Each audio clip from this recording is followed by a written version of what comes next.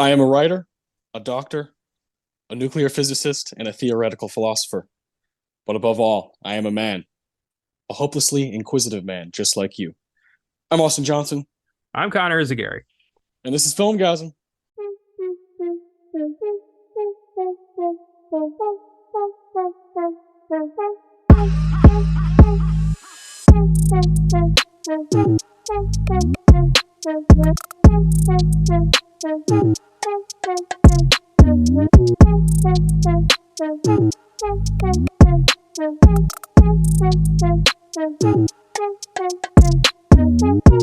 We continue our top 10 films of the 2010s project with my number two, The Master, written and directed by Paul Thomas Anderson. We've got Adam back with us as we get to the finish line of this project pretty soon. Adam, of course, it's always good to have you on here with this project. We've been doing this now for a few months, and you can see the light at the end of the tunnel. Yeah. We got the Master today. Next week, Social Network, and then the last one will be Whiplash. So super exciting stuff. And I know you have a deep adoration for Paul Thomas Anderson, just like Connor and I do. So it feels right to just keep having you on all these. Yeah, very happy to be back. It's been this is the first one we've done with the three of us in a little while. I feel Yeah, like Moonlight was the last one. Yeah. Oh, I guess we did that. Yeah, I guess we did Moonlight, but before that we had a couple where we didn't have the three of us on. So yeah, no, really excited to be back here. This is gonna be the little character Hall of Fame that we're about to do here is gonna be a lot of fun. And then obviously this is a movie with a lot of talking points. So very excited to talk about this one. Oh yes, yeah. I'm glad you brought up the character Hall of Fame. That is definitely the meat of the episode here. We're going to chronologically go through all of PTA's films, and I'm gonna kind of like go back and forth between you guys. You know, going through each movie, Hard Eight all the way to Licorice Pizza. You guys are gonna, present what you think are some characters that are some of the very best that PTA has ever put to screen. So that'll be a lot of fun. We're gonna have a total of 20 of those. So I'm very excited to do that. 9 movies, 20 characters. But Connor, I want to throw it to you. You and I did The Master on Oscar Sunday, probably a year and a half ago. And I know this movie has like slowly just grown on you. So where are you at with it now? It's a masterpiece. It's a delightful critique and skewering of Scientology in a very smart way that doesn't alienate people and continuously makes you think. And it's also, when you consider it to be Philip Seymour Hoffman's final Oscar-nominated performance before his passing, it's a hell of a swan song. It's really the character of Lancaster Dodd is such an interesting villain. It's he's only a villain if you let him be a villain. I've never seen a character like this before, where he's just an idiot guy who thinks he sounds smart, but he's managed to find a whole bunch of sheep who think he's a genius. It sound familiar? Yeah, every time I watch this movie, I come away thinking like that was hilarious, or that was terrifying, or that was dramatic. It's really like it's a crapshoot every time you watch it. You're like, it really is brilliant. Yeah. I mean, obviously, I'm totally obsessed with it. When we did The Master, I kind of I was hosting, and I just let you basically rank all of his movies. And I'm gonna run through those real quick just to see kind of where you're at. So you kind of had Phantom Thread and a Hard Eight just kind of like at the back, like 9, 8, 8, 9, kind of like these last two, but you still had good things to say about them. After that was Licorice Pizza, I want to say, or Inherent Vice. Inherent Vice, I think, was at the back too. But at that point, I think you'd only seen it once, and you were like, and then you watched it again, and now you're like, yeah, I'm out. And then you had Licorice Pizza 6. Magnolia was 5. The Master was 4. Punch Drunk Love was 3. There Will Be Blood was 2, and Boogie Nights was 1. Do you still feel the same way? That's pretty. That's pretty on point. I would put Inherent Vice further back if I could. I would pretty much bury it alive in the desert. But the rest of those movies are, yeah, I think he's got a hell of a track record. Everything in there I pretty much like. And yeah, I don't think my thoughts have really changed that much. Okay, yeah. Boogie Nights, you stood by that one. The funniest thing you said was when you got down to the top 2, I was like, man, which one is he going to choose for one? Blood and Boogie, and you were like, There Will Be Blood, number 2. I guess I love porn. That was a great line. You know, porn and oil is what I'm all about when it comes to Paul Thomas Anderson, and I will maintain that. I am Clearly, nothing if not consistent. but above all, I am a man. A man obsessed with simple things. Yeah, You you give know. me you give me a naked Heather Graham on roller skates. I'm gonna love your movie. I'm I a mean, hey, I'm a simple man. yeah, roller girl who could be showing up in the Hall of Fame. You never know. Great character. Adam. I know you love this guy. You're like a huge fan. You've seen pretty much everything, right? That he's done. Yep. So I would, yeah. Yep. So I think you're also a Blood and Boogie guy, right? Like those are your top two. Yeah, yeah. So I had not seen Heart Eight until about 3 days ago, and then watched it and really really liked it. Yeah, it was the only one I'd missed so far. Magnolia, the first time I tried to watch it, it was like it was a dumb. I was not in the mood for. I was not prepared for it. So I went back and watched that as well in the last few days, and got kind of a renewed appreciation for that. But no, I liked Heart Eight a lot.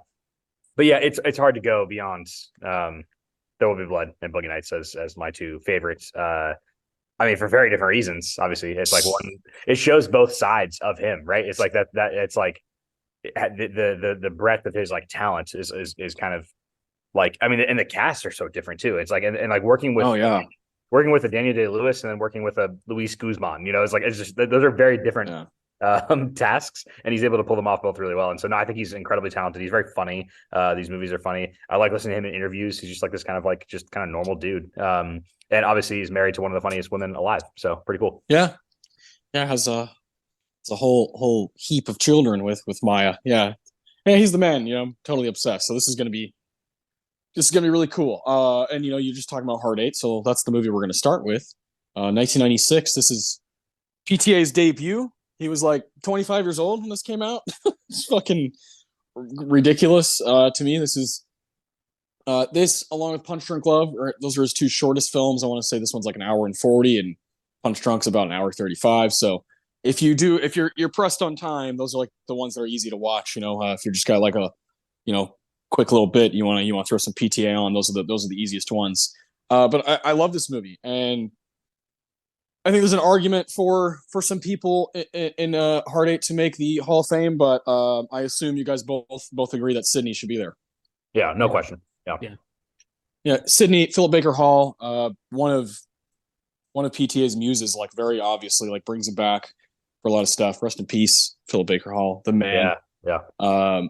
Definitely cool stuff. Like obviously, PTA is obsessed with Robert Altman, and one of Philip Baker Hall's best performances is in an Altman movie, Secret Honor.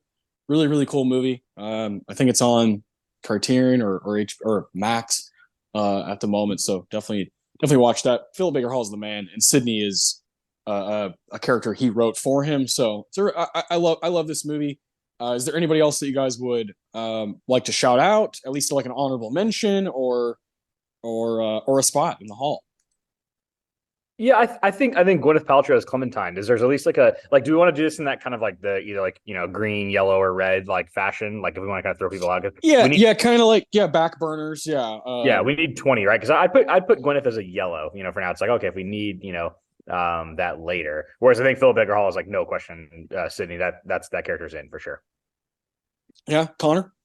I wouldn't throw him in the hall, but I do just love any chance John C. Reilly gets to stretch his dramatic chops, because I feel like he's never, like, even today people still kind of forget that he can do that.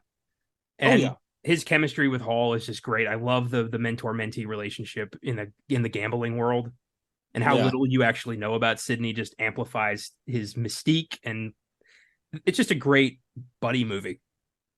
It is. Yeah. We're seeing John C. Reilly with some of the dramatic chops on Winning Time right now. If anybody is watching that, playing Dr. Jerry Buss, the owner of the Lakers, he is awesome in that show. Like really, really good. Yeah, John C. rules. Always been one of my favorites, and even if it is Talladega Nights or Step Brothers, his stick with Will Ferrell is awesome. Or like Officer Jim Curring and fucking Magnolia, where he like breaks your heart. Like he's just amazing, and he gets to do a little bit of both, I think. And you shout out Winning Time, he gets to show both sides of like his witty comical side, but also like kind of turn on that dramatic side. And same with Hard Eight. Hard Eight has moments of him like, he's freaking out, he's pleading. That crazy scene in the hotel room, or like when he's just kind of playing games and hanging out with Samuel L. Jackson's Jimmy, who I would shout out. Yeah. I think he's awesome in that movie. Really cool. Just God, Samuel Jackson, the shit he got to do in the '90s is so fucking crazy. For obviously like the Pulp Fictions and Jackie Browns and something like this, like for like Jurassic Park to be the one you forget about is crazy. It's so wild the shit he got to do. But my favorite part of Hard Eight is, of course, the greatest actor in my opinion, greatest actor, supporting character actor of all time, Philip Seymour Hoffman. The scene of him in Hard Eight is unbelievable. You quickly see a love story happening between PSH and PTA right there. When he's playing craps, that's where we get the term Hard Eight. Is you roll 2 4s and he's smoking the cigarette, or he's lighting the cigarette. Come on, old timer. Come on, old timer. I know you know what this means. I'm gonna light this cigarette. He's just losing his mind. It's like a few minutes, but you're like, that guy. I'm not gonna forget that guy. And PTA didn't forget him either. No, he gave Hoffman's like the best shit to work with. Just oh my god. Yeah, it was so many times it was such a narrow lane. Movie we're about to talk about next, where we can go ahead and segue into that, is Boogie Nights, 1997. The character of Scotty J, who I would say might have a spot here, he's not on the screen very often, but when he's there, it's just like it's so committed and so ridiculous. I'm a fucking idiot.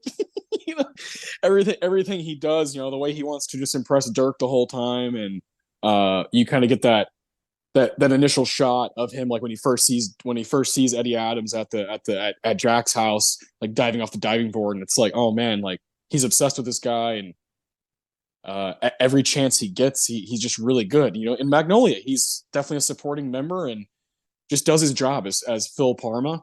He just kept doing that, and finally in The Master, he's like, all right, like now it's your time to pretty much take over the movie. So I love their relationship. I love the way they worked. He's definitely, to me, the most valuable actor of Paul Thomas Anderson's career. So yeah, Scotty J gets a shout out right away, but obviously, Dirk Diggler, right? Mark Wahlberg, Jack, fucking Burt Reynolds, like those two jump out right away. Julianne Moore, Amber Waves jumps out right away.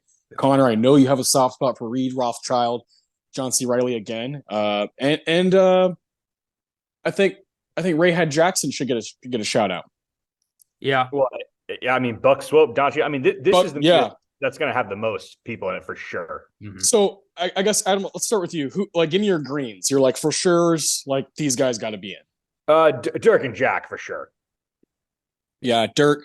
I mean, yeah, Mark Wahlberg's finest hour. Like, he's just never returned to anything as crazy as and audacious as this. Yeah, I think those two, no doubt about it. I've got to be in. Connor? Well, here's the thing. Do we count Dirk Diggler's Monster Hog as its own character? No.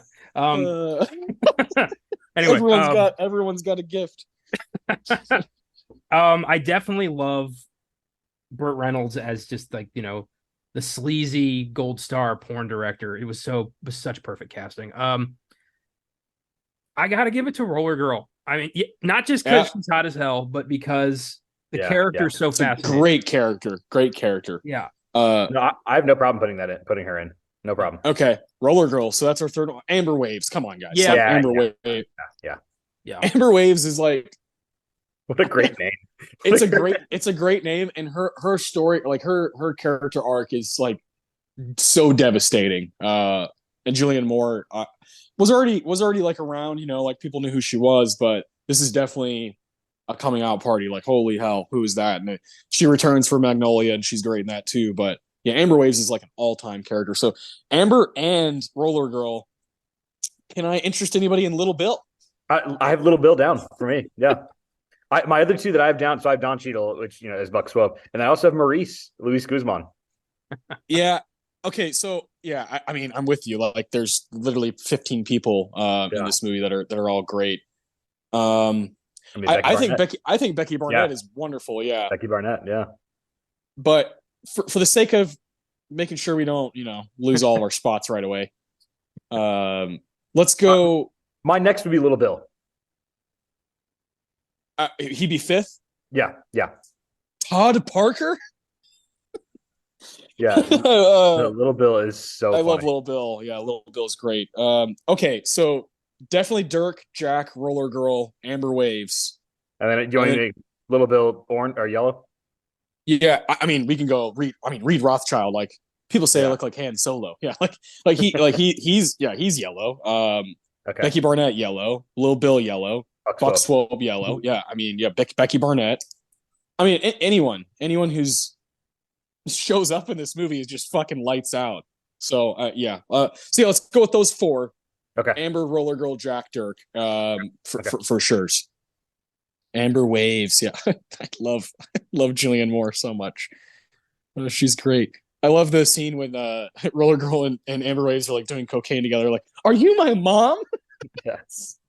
They've just completely lost their minds. It's really sad, but it's also funny. That's like PTA's best trait is like how sad this is, but there's just comedy riddled throughout. All right. I mean, if y'all are ready to move on, is there anybody? Rayhead. I mean, I love Rayhead. That's my favorite scene in the movie. He's just barely in it. I mean, that's the only downside. Yeah. It's tough. When we come back around, I'm gonna push for Rayhead. Okay. I'm cool with that. Yeah.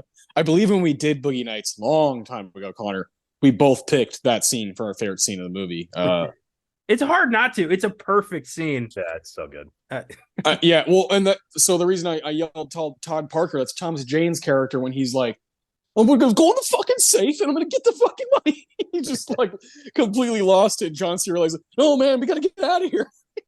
Well, we keep saying that scene. I mean, for people who don't know, like, and like Ray had, like, that's Alfred Molina's character. Who there? It's like there's the kid that's like throwing those little like firecracker things, like the entire. That's Cosmo. He's Chinese. Yeah. So it's like that. Yeah, that's the scene we're talking about here. Sister Christian, just like Sister Christian. Oh my god. I wish that I had Jesse's girl. Both of those songs playing during that run is incredible. I just assume anyone who's listening to a podcast titled The Master and PTA Character Draft has fucking seen Boogie Nights. Yeah, I know. I just like, you never know. There's a couple out there that were probably like, oh, these guys are just like, yeah, what the hell are they talking about right now? But I love Ricky Jay. He's hilarious as Kurt Longjohn. He's so good. I love the scene in the driveway when Lil Bill's wife is just getting railed. Yeah. I love his dialogue in a cock right there. Yeah, his dialogue fuck up. I love that. Yeah, they keep it perfect. And Ricky Jay is just like, look, man, it's no big deal. We can edit it tomorrow. Like, it's no big deal. Yeah. Like, sorry, I can't focus on the lighting. Oh yeah. Incredible stuff. Boogie Nights clearly is a favorite around here. Let's move on. Yeah. before the episode becomes a Boogie Nights episode. Magnolia. The only guy I'm going to say 100% has got to be yours, Frank T.J. Mackey. So I'll let y'all take that one. I too respect the cock, Frank T.J. Mackey. Yeah, I mean, is this? Yes. Aside from the obvious, like Daniel Day-Lewis and There Will Be Blood, is this like the most like impressive thing anybody's ever done in a PTA movie, and from a performance standpoint? Ooh. That's tough. That's tough. I mean, The Master has a couple there. Yeah, there's three that are lights out. Yeah. I don't think anyone's really going to eclipse Daniel Plainview. I mean, that's incredible. But I think for Tom Cruise personally, this is his finest hour as a performer. Interesting. Yeah. I mean, I'd say so for sure. Like, I have no doubts about that. I think he's on a different planet. He was on a different planet in 1999. Like, who in their right mind is going to be in Eyes Wide Shut and Magnolia in the same year? You know, I saw a Tom Cruise today. Actually, I saw an Instagram post from, I think it was 1999. It was an Entertainment Weekly cover of the Three Kings of Hollywood, and it was Tom Cruise, Tom Hanks, and Arnold Schwarzenegger, like standing there like together in black t-shirts, and it was so weird because the three of them have fuck all in common. Yeah. Box office titans. And it was just like, it was surreal. That's Oh crazy. yeah, that's a cool one. I like that. I would Cruz love to had have. he had the Frank T.J. Mackey haircut. Oh, of Yes. course. So it had to be 99. Same haircut that Edward Norton has in Knives Out, the second one, Glass Yeah. Onion. Okay. For me, after that, Quiz Kid Donnie Smith is unbelievable, and Jimmy Gator, Philip Baker Hall's character. Oh, You know, but as maybes. Yeah, I mean, I don't know where you guys are at. I love Phil Parma. I think Jason Robards is fucking crazy good in this, and he's like dying. yeah. I don't know, Connor. Quiz Kid and Parma and Gator, I think all should be there. They're all sure things for me. Okay. Oh, sure things. Oh wow. Yeah. Okay. Oh man. All right. I mean, I'd love to hear that. The- Okay. So Remember, we only have 20 spots. I'm good. I know where I'm going. Okay. we have 6 filled at the moment. Well, all right. And That's just we're my on the thought. third. We don't have to put them on the list definitively right now, but that's just what I. Okay. I'll ask you this. You named Quiz Kid, Jimmy, and who else? Was that it? Phil. And Phil. Who of those 3 is in? Who's your first pick of those 3? Probably Gator, just because he's such a uncomfortable fucking character and just a very difficult character to write and perform. But Anderson and Hall fucking nailed it. Yeah, I'm in the same boat. We may be through with the past, but the past ain't through with us. And for that line alone, goddamn, I've thought that so many fucking times since I saw this movie. It's Jesus. Adam, do you have a preference of those 3? Quiz Kid, No. Jimmy? No. Okay. How about he's not going to make it, but how about Michael Bowen as the dickhead Rick Spector? Stanley's dad is just a piece of shit. Oh yeah. No, that guy's so annoying. Yeah. There's a couple kind of like, oh yeah, like oh yeah. I mean, the really brief Patton Oswalt, Yep. appearance. Thomas Jane at the beginning, Patton Oswalt. Yeah.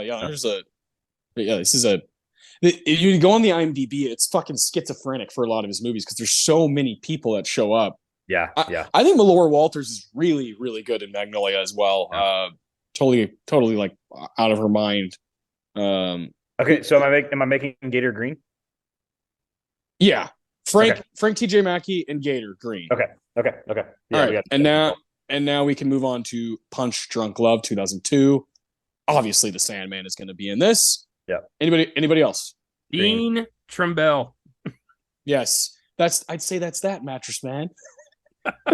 Shut. God damn.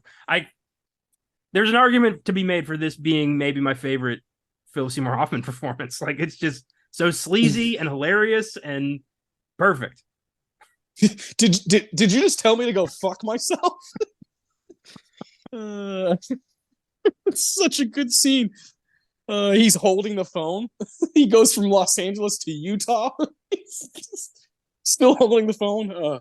Yeah, I mean, I love Punch Drunk Love. I think those 2 are. What about Emily Watson? Definitely. So I don't really know this color code system. Nobody explained that to me. So green is in. Yellow is maybe. Red is like nah. Okay, she's a yellow then. I agree with that. Adam, you in the same boat or? Yeah. I can't speak as much on this one. I just haven't seen this in so long that I don't want to like. Yeah, I mean Sandler for sure, but then like I think I'll let y'all kind of like decide if there's somebody else going to be in or not. Yeah, watch this again. I think you're gonna love it way more. I mean, I've probably been seeing it like 15 years. Honestly, it's like It's fantastic. It's so fucking good. The scene when he goes to Hawaii and he's on the phone with his sister and he's trying to get Emily Watson. What's her character's name? Lena. He's trying to get her phone number from his sister, and the sister's like, well, why do you want it? Like, what, she keeps questioning. And he's like, don't fucking do this to me right now. he's doing like the classic Sandler, like Happy Gilmore, just like, oh! Yeah, like the big daddy, like just, all right. Just losing took it for your home. He's so good at that, and like, I watched so many interviews with Sandler and PTA, and just like, they have this like weird, like, they like idolize each other for very different reasons. And PTA has always said that like Big Daddy, like take it for what it is. Like he's like, this is one of my favorite movies of all time. Like not just like, oh, like I think it's a good comedy. He's like, no, I study it. Like I think that character is like really, what's his name? Sonny, right? Sonny Yeah. Koufax. Mm-hmm. Yeah. And he like that character is like, it's like a brilliant character study. And I love that he's always helped me he's kind of like held my hand sometimes when I'm watching movies to be like, oh yeah, you're allowed to treat different genres differently than like the masses do. You can look at a movie like Big Daddy. He's always gone to bat for. He thinks Tiffany Haddish's performance in Girls Trip is like one of the best things he's ever seen.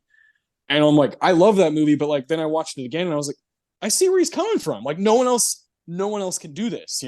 And with Sandler, it's the same thing. It's like he's got his own like little lane that no one else can really get in. No one else does Sandman like the Sandman. Like it's his own brand. So I love that. I love that about that kind of tandem. And I love that they're able to make a movie together shortly after Big Daddy came out, just 3 years later. So super cool. Punch Drunk is so good. I'd say it's like the underrated movie of his filmography that like people talk about, but not really, I love that PTA is willing to go to bat for goofy comedies on the same and talk about them on the same level someone would talk about like one of his films.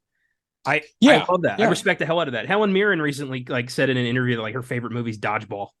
So I love when these people do this. Like, yeah, it's all. Well, and who was it? Christopher Nolan recently said what was the one he shouted out? Talladega Nights. Talladega Nights. Yeah, Talladega Nights. Yeah. I love that. It makes me feel more comfortable saying that a comedy is one of my favorite movies. There should be nothing wrong with that, but there is a bit of a stigma. Yeah, for sure. Yeah. I think it's good to break those barriers down. When you hear like a Helen Mirren or a Christopher Nolan or Paul Thomas Anderson, you're like, oh, they're people. They make these things that are seemingly like super pretentious, but then like you hear them talk and you're like, oh, that's a pretty cool guy. After doing Shakespeare on the West End, Helen Mirren wants to unwind with fucking Dodgeball. Who's because she's just the person. I love that. Hey, I get it. Yeah. All right. So Punch Drunk getting some love here. Barry and Dean are both in. We are now at 9. Oh, in. We put Dean in. Oh, Dean's in. Yeah. Trust us. Dean's in. Yeah. Shut. All right, we got 9 already. 9 already. This is great because we're close to the halfway point, depending on how you look at it. We're 4 movies in. We have 5 left. Next up, There Will Be Blood. Of course, the King, Daniel Day-Lewis, is in. After that, Paul Dano? Eli. Yeah. 100%. Yeah. Eli Sunday. Yeah. The only man who could go toe-to-toe with Daniel Day-Lewis as his most duplicitous character. Yeah. No, I think Eli's a must. Yeah, I agree with you guys. I'm the biggest Dano fan I've ever met in my life, and I think it's cool that at moments, I mean, when he's doing the whole, I abandoned my son, that whole scene, like Paul Dano's like grabbing Daniel Day-Lewis's face, like he's like, can you imagine? Smacking like him. He's like, he's slapping him around. He's like holding on like to his chin and like messing with his hair, and you're like, it's one of those moments where you're like, student meet teacher, like this is it. This is your moment. It's even more amazing when you consider that Paul Dano was a last minute addition. Like the original guy was too intimidated and he dropped out, and he was already playing the other Sunday brother, and he just offered to like, yeah, I can do this one too. What an amazing accident. Yeah, so he was going to play Paul Sunday, which is the guy, the son who starts the whole movie, really. The one who gives him the little Boston, tidbit of information. Yeah. The oil seeps through the earth, through the ground. And the kid who was playing Eli. I mean, can you blame him? Fresh out of film school. What an intimidating set to be on, Not only are you acting with Daniel Day-Lewis, you're acting with Daniel Day-Lewis as Daniel Plainview. Yeah, and you got PTA standing over there like, I have all these professionals, with me working, and like, you're just not cutting it, my guy. I wonder where that kid went. Like, did he just give up acting? He's like done. He's like never did anything else. And it's like, hey, maybe give something else a shot that's like not as like hard, Maybe set design or something. But Jesus Christ. Wow. Yeah, and also the kid, Dylan Freezer, I think is his name. He's the one who plays like the kid version of HW. He hasn't like done anything since. Like that was like that kid was fucking good, you know, especially post fire death scenes when you know, he's making the noises like that's enough. That's enough HW. You know, like those scenes are really good, you know. And that was really good. seen it a few times. I mean, I've heard this many times before, and I know Adam and I have agreed on this for a long time. But like, There Will Be Blood has an argument to be like the movie of the 21st century. It's just like so fucking good. Every time I watch it, I'm like, ugh. Like how do you follow that up? And to follow it up with The Master, like what is wrong with this guy? He's totally out of his head. 5-year break, 2007 to 2012. You could definitely look at that as like a halftime of his career. Like, all right, I've done 5 like really, really good movies. Let me take a breather and let me do something with my guy, PSH. Like that's gonna be a love letter to my guy, my favorite actor. And it ends up being this incredible movie that now I think has a life of its own and it has kind of reached. I think it reached like a cult type, classic type thing, cult, but has like passed that. I think now I think it's kind of like a critically acclaimed masterpiece from the 2010s. Yeah, I believe that. It took some time, you know. He's always had struggles with box office. Yeah. He could fucking care less. Yeah. I think because it lives on the way it does. Yeah. Is Punch Drunk the only one of his films that's been Criterion? Yes. That's insane. Like he should have... I don't know. Yeah, I don't know what the reason is for that because he's done all kinds of stuff with Criterion. Like there's this I don't know if it's still on there, but there was this really, really rewarding conversation between him and Robert Downey Sr. that was like just two like freaks, like creative, like freak of nature guys, like just talking about movies, talking about their lives, and obviously his admiration for Robert Downey Sr. was huge. So it was cool to see them kind of, you know, just talking to two men, just talking it out. He does stuff like that all the time. So I'm like, why are not like Wes Anderson? All of his fucking movies are Criterion. Like, where's PTA? And how I love Punch Drunk, but like, I mean, There Will Be Blood is like the definition of Criterion. Yeah, Magnolia, Boogie, Blood, and The Master should all be there. Yeah. I totally agree. Yeah, Inherent Vice and Licorice Pizza are kind of like, yeah, they're not quite like in that realm. I think Phantom Thread is definitely like the definition of a Criterion movie, like very serious, you know, like about a dressmaker. But I don't know. I'm still really confused by that. But The Master, obviously, this is the movie we're going to be talking about more later. We're going to do awards draft for it later on. Can't wait for that. But so we're going with the big 3 here, I assume. Amy Adams, Joaquin, and PSH. Yeah, I think so. Okay. I'm going to be on an island here. I don't think Amy Adams is that amazing in this. Ooh. I'm probably making Amy Adams yellow. I don't need to make it. The other two need to be green for sure. Yeah. Hoffman and Phoenix are fucking lights out in this. Adams, the character is supposed to be pretty subdued, so I don't think that it's like a bad performance. I just think that she is being completely outacted by these two guys. Interesting. This isn't fashion. You'd rather do this for 1 billion years or not at all. I think she's awesome in it. I hear you. Like the characters of Lancaster Dodd and Freddie Quell are so like off the charts, like charismatic, crazy, you know, drunken fools. And she's more like the first lady. Like she's like, I'm the real brains behind what's going on here, you know? Yeah. The scene when she fucking jerks him off in front of the sink, it's just like, damn. I love when PSH is like, oh, he can't keep it together, you know? Oh yes. I just imagine being on set for that. Like, what the fuck? Yeah, no, it's an exertion of control. I mean, it's like, yeah, she's totally in control. Yeah, I think she's great. I mean, we're gonna talk more about it, but like fucking Jesse Plemons, Rami Malek, like everyone's awesome in this movie. But you know, we'll get there later. So for sure, Lancaster, Freddie are in. Yeah. We have Yep. 13 in so far. We have 3 movies left. I feel pretty good that we're going to come back to Boogie Nights for some more. Next, Inherent Vice. Connor, not a big fan of this one. Is there anybody that gets a green from you? For me, Bigfoot. Yeah, Yes. I have Bigfoot as a green too. I mean, yeah. Josh Brolin is fucking lights out. Muto Panikeko. Yeah, he's the only part of this movie I really do like. Yeah, he's so good. Out of sight. he's amazing in Inherent Vice. I would personally have Doc Joaquin, but I can get why he's a yellow. Okay. Yeah, I'm gonna lean towards Doc. Like I would have Doc in over like Gator or Ooh. It's tough. Yeah, that's probably it. Over Philip Baker Hall's man, Jimmy Gator. We're gonna have a tough cut here at some point. Yeah. I'm cool. Let's just go Bigfoot right now. Okay. Yellow Doc, and we'll move to Phantom Thread, which is obviously a smaller cast.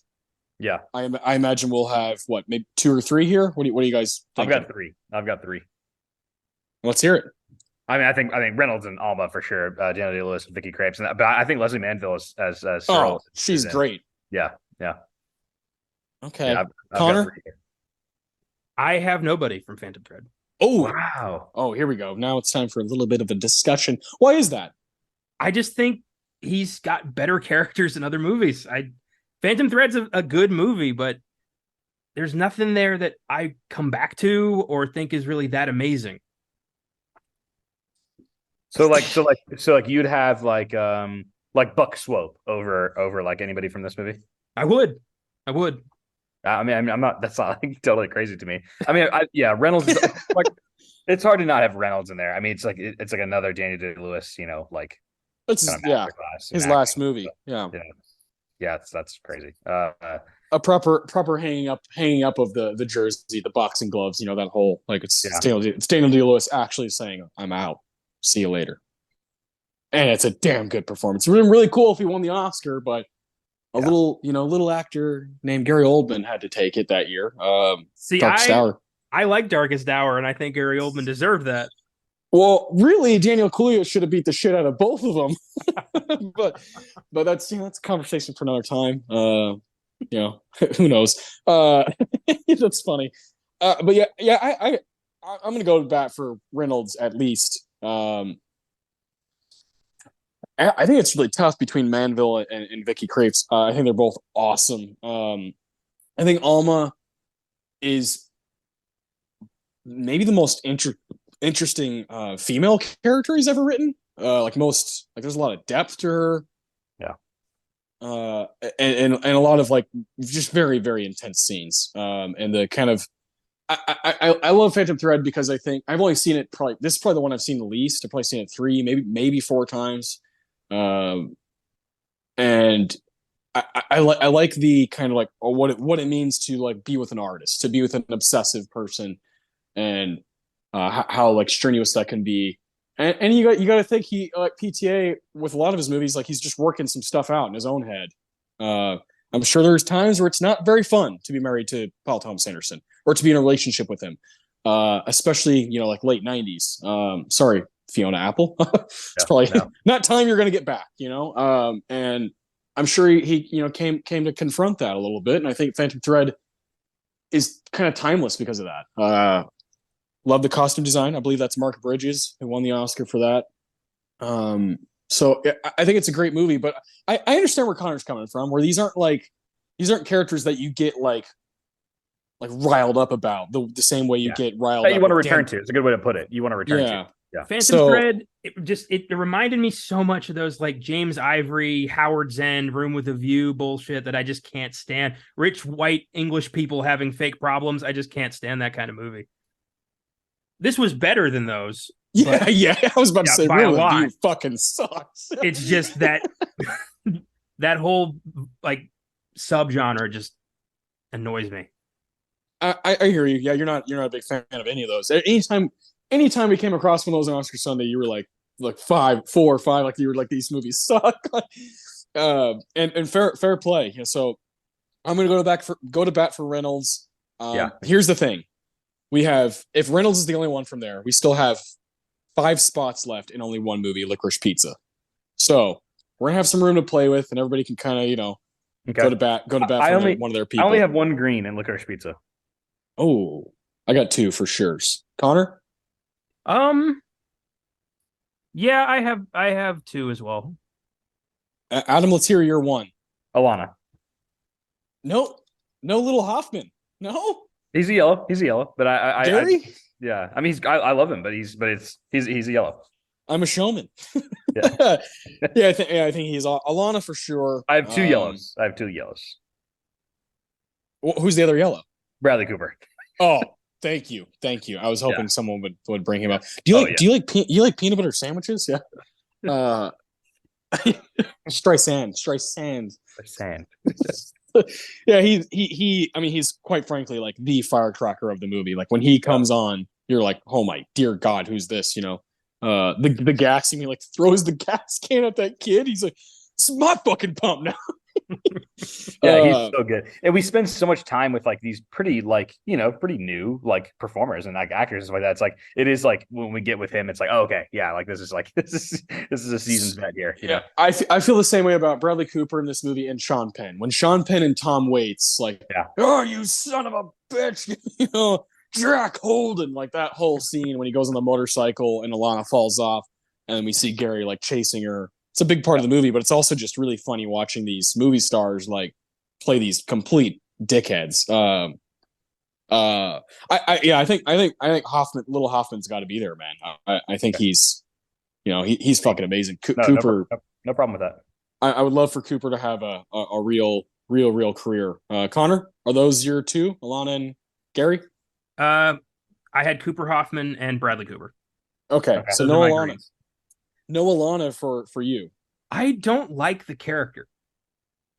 I don't want to hang out with her, but I think she's amazing. Like, you can't take your eyes away from this like wacko 25-year-old who's constantly like she's commenting on like, is it weird that I'm hanging out with a bunch of like 15-year-olds?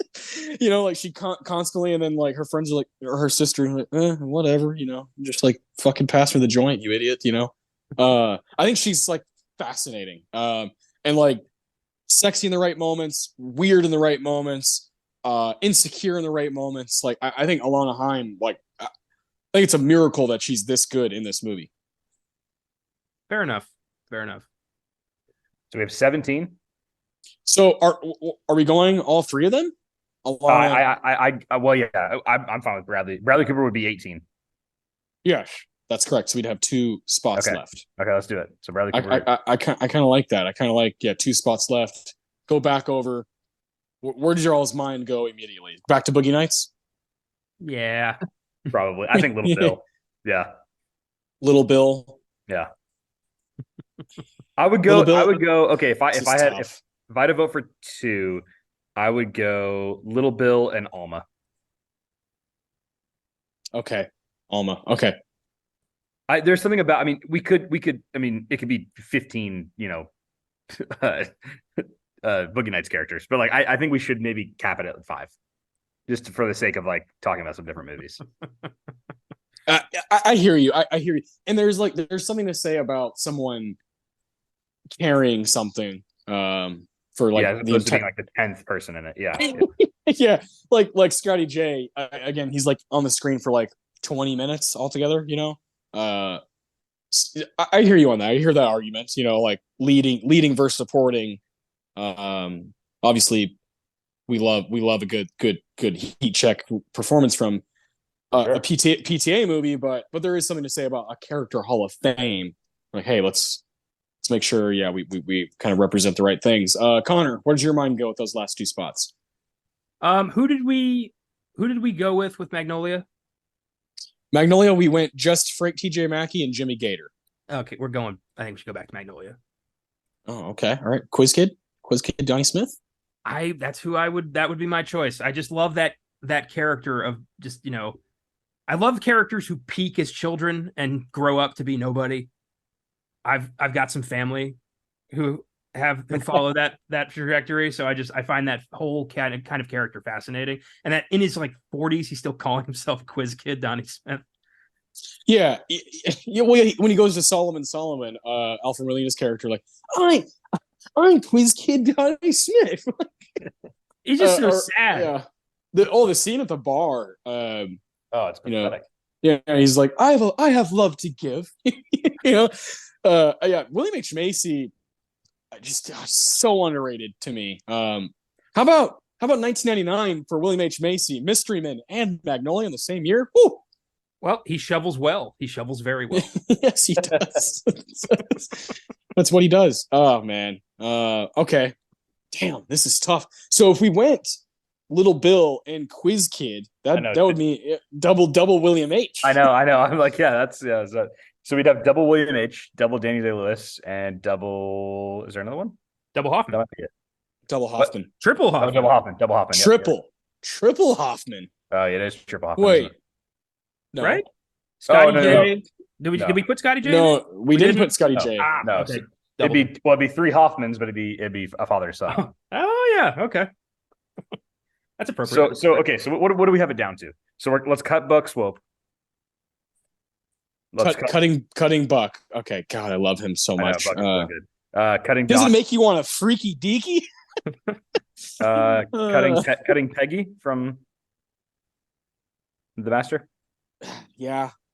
Okay, so we really have a lot. We don't have a lot of women on our list. Is that our fault or is that it's his PTA? fault? It's PTA. It's PTA.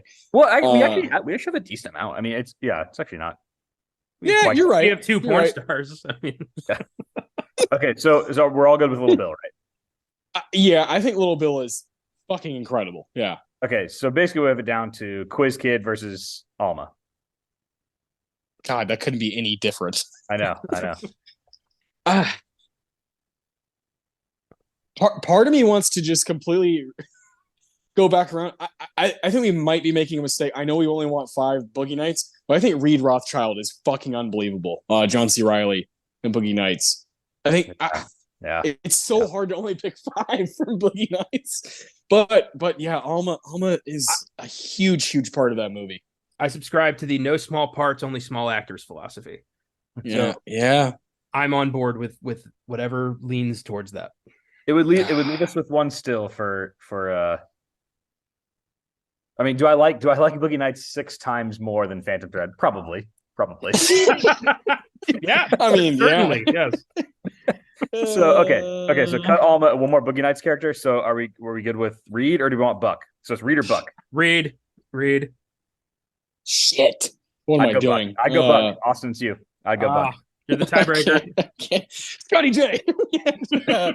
No write-ins. Todd Parker. Man, this is tough. God, and then like my mind's like, what about Elliot Watson and Punch Drunk Love? And oh fuck. Coin Boys? Coin Boy. You want to be a coin boy? Coin Boy? Does anybody have a coin around? Connor, have you heard of the Coin Boys? I have not. Explain to Connor. Coin Boys. I was looking at this, like it's like this subreddit. It's like they're like with like teachers, and this teacher wrote in about like it's some sort of trend. I assume it's some sort of like either TikTok or whatever trend, but like these like guys in this woman's class call themselves Coin Boys, and they live and die by the coin. So it's like the coin is their master. So they flip a coin. So if it's like, hey, like I need you to read to page 95 tonight or whatever. They'll be like, well, we'll see what the coin says. That's what I live by. And so they flip a coin, like tails is or whatever. It's like heads is yes, tails is no. I can't remember exactly what it is, but basically like they'll determine that determines like what they do that day. Or it's like, what are we eating for lunch? Is it Whataburger or is it Burger King? It's like, well, let the coin decide. We're Coin Boys. So this could be a Coin Boy moment. Could yeah. Do we have a coin? Reed and Buck. Reed and Buck. I keep going to Buck's. Buck has 2 scenes that I think are like, wow. I mean, when the movie turns to like gets real dark, when he goes to the bank to get a loan, and the guy's like, oh no, you're in pornography. He's like, no, I'm an actor. And the scene in the donut shop. Yeah, it's great. Yeah. I have your coin. Buck. Oh, here we go. And yeah. What's what? Reed is heads. Buck is tails. Let's go. All right. I would love to. I want to point out real quick. This coin is a replica of Two-Face's coin from The Dark Knight. Oh, that's cool. So we're doing this right. All right. We have heads. Reed. All right. It's Reed. I Reed is make to my the own point. luck. I love that All there right. are kids out there who are just doing Two-Face's philosophy on life, and Yeah. it's not entirely insane. That's pretty crazy. It is insane. We we have every movie represented here. Good stuff. Some more than others. Boogie Nights with 6. Got the So, touch. okay. Do you want me to Yeah. read them off real quick? I have them. You have them. You have them. Yeah. Go ahead. Okay, so this is not in like any particular order, but yeah, we have Barry Egan and Dean Trumbo from Punch Drunk Love. We have Sydney from Hard Eight. We have Lancaster Dodd and Freddie Quell from The Master. Daniel Plainview and Paul Sunday from There Will Be Blood. We have Bigfoot from Inherent Vice. So that's the one that we went with. That's great. Frank Mackey and Gator from Magnolia. We have Reynolds Woodcock from Phantom Thread. Gary, Alana, and John Peters, which is Bradley Cooper's character from Inherent Vice. What's the name of that movie? Licorice Pizza. Licorice Pizza. And then from Boogie Nights, here we go. We have Eddie/Dirk was Mark Wahlberg, Jack Horner, Amber Waves, Roller Girl, Reed Rothschild, and Little Bill. Yes. Oh my god. Oh, that's good stuff. I love all of those motherfuckers. I love them all so much. I can't get enough of them. So we left out. I think the big ones we left out are Alma, Doc. I'm talking about like lead stuff. Yeah. Those are probably Gwyneth Paltrow, Hard Eight. Yeah. John C. Reilly, Hard Eight. Emily Watson. Emily Watson, Punch Drunk. Yeah, those are probably like the biggest ones we left off as far as leading. That was another one. Yeah, Guzman's a tough cut. We have Boogie Nights. Here's the thing, one day we're gonna do Boogie Nights again, and we could do its own Hall of Fame where like we rank them all. Like there's literally 20 people in that movie that are all great. Connor, I'm surprised you didn't go to bat more for Rahad Jackson. Oh yeah, we didn't. I said I was going to do that. I got caught up in the discussion. I forgot to go to bat for. It's like you said. We'll be back in Boogie Nights. Yeah. I can go to bat for Rahad then. Yeah, one day we'll do another Boogie Nights episode. It's the easiest movie for me to talk about. So I'll have no problem doing that. But if you guys anything else you want to say about these characters as a whole, we can move on. Nah, I'm ready to go. You pig fucks. Let's do this. All right, let's take a quick break and we'll talk the Master. All right, back with the Master. PTA's film from 2012. Obviously, had Freddie Quell and Lancaster Dodd in our Character Hall of Fame. Shortly, we're going to do a awards draft where we have our 4 categories and we're going to take turns going through those. But just real quick, some tidbits on the Master. IMDb score of 7.1, 85% on Rotten Tomatoes, 62% audience score, and a 4.0 on Letterboxd. We'll be getting the Letterboxd at the end of the episode as well. Connor, you mentioned earlier a lot of his movies don't make their money back, and that is what happened with The Master. $32 million budget, only made $28 million at the box office. But I think legacy speaks for itself. It's a movie that if you like it, you love it. It's one of those things that has just stood the test of time now for 11 years and just gets better and better. I've seen it countless times. Shout out to Adam and I, his brother Jeremy. This is one of his favorite movies of all time. So I wanted to try to get him out for this episode. Just didn't quite work. But Jeremy, I'm always thinking about you when I watch The Master. You just the comedy of it. I think he just connects with it the same way we do. 3 Oscar nominations. This is nothing but 3 performance nominations. Joaquin Phoenix for lead actor, PSH and Amy Adams both for supporting. Man, I mean, do you guys think there's an argument for PSH to also be a lead here, Connor? Yeah, there is. It's a kind of a cat and mouse psychological warfare game between Joaquin and Phil here. But I can see why, it's all about billing and screen time, so I get it. But yeah. I don't know.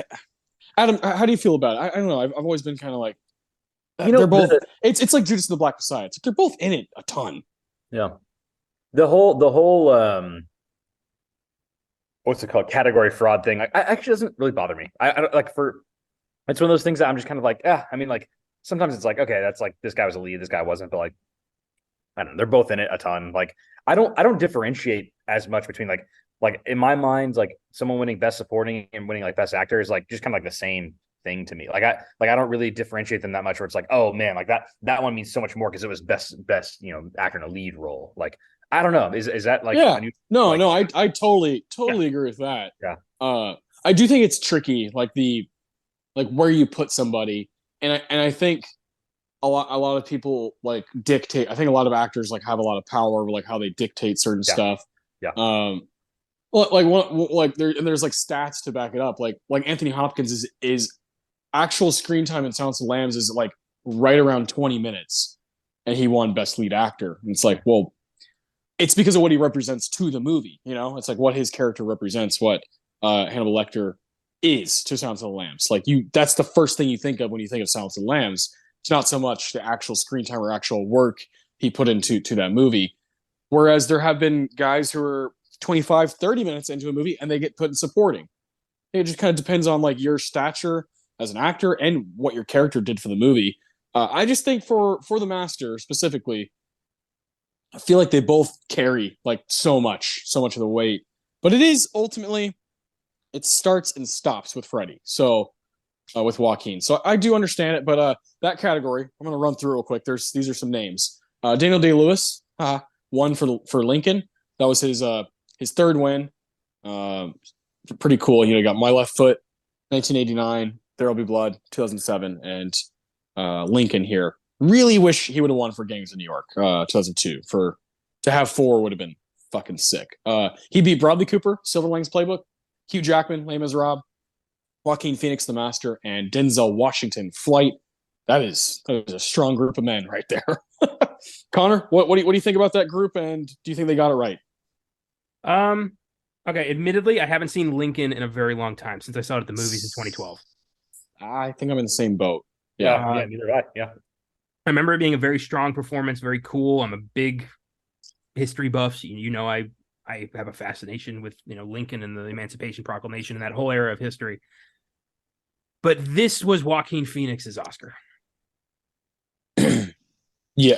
I mean, that's my vote for sure. Actually, my vote would be Joaquin and then Denzel. And then everybody else is in second place. Second or third, depending on how you look at it. But yeah, Joaquin, this is his best stuff ever. Yeah. This is it. Like this is the meal. This is his best stuff. We talked about Her a few weeks ago. Love that one. We talked about Inherent Vice earlier on. We've talked about Joaquin quite a bit. But yeah, I think The Master is like very clearly his best work. I think he's more the Joker in this than he is in Joker, frankly. Totally agree. Yeah, I said that to Austin last night. We were talking about it briefly. I don't like Daniel Day-Lewis almost belongs like in a different category. I mean, it almost feels boring to kind of give it to him, but I'm just like, I mean, like he becomes these people. It's crazy. I mean, it's just like to play Abraham Lincoln with like that level of like accuracy and like, I don't know. It's just like he almost like, it's like he's over here and then everyone else is kind of like doing other like, acting. So I like if he ever wins it, I'm never like, I don't really think you can go wrong with that. Like I'm not like, whoa, no, what? Like that belonged to this guy. Like it's like, oh, it's Daniel Day-Lewis. He's like probably the best actor like ever. So it's like, I mean, I can't really like be angry at him winning an award for it, Oh. Yeah, you can't really argue with it. I definitely agree with that statement. I just if I had a vote, it would go somewhere else. But he is hard to pass up. Anytime he does something,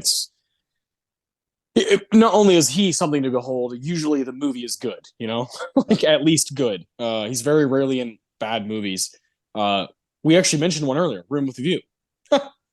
That's the one that I would point out as like the worst movie that I've seen that he's actually in. But I mean, there's so many. What do you got? The Age of Innocence. That was shit. I like The Age of Innocence. I hated that more than I hated Room with a View. Wow. That's tough. White people problems in the 1800s. I don't care. Tough beat. Oh man. No, yeah. I mean, it's pretty boring. I understand, but I do like it a lot. I love him in it.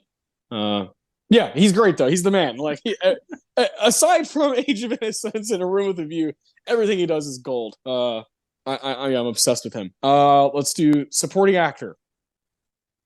You guys talked about this guy last week.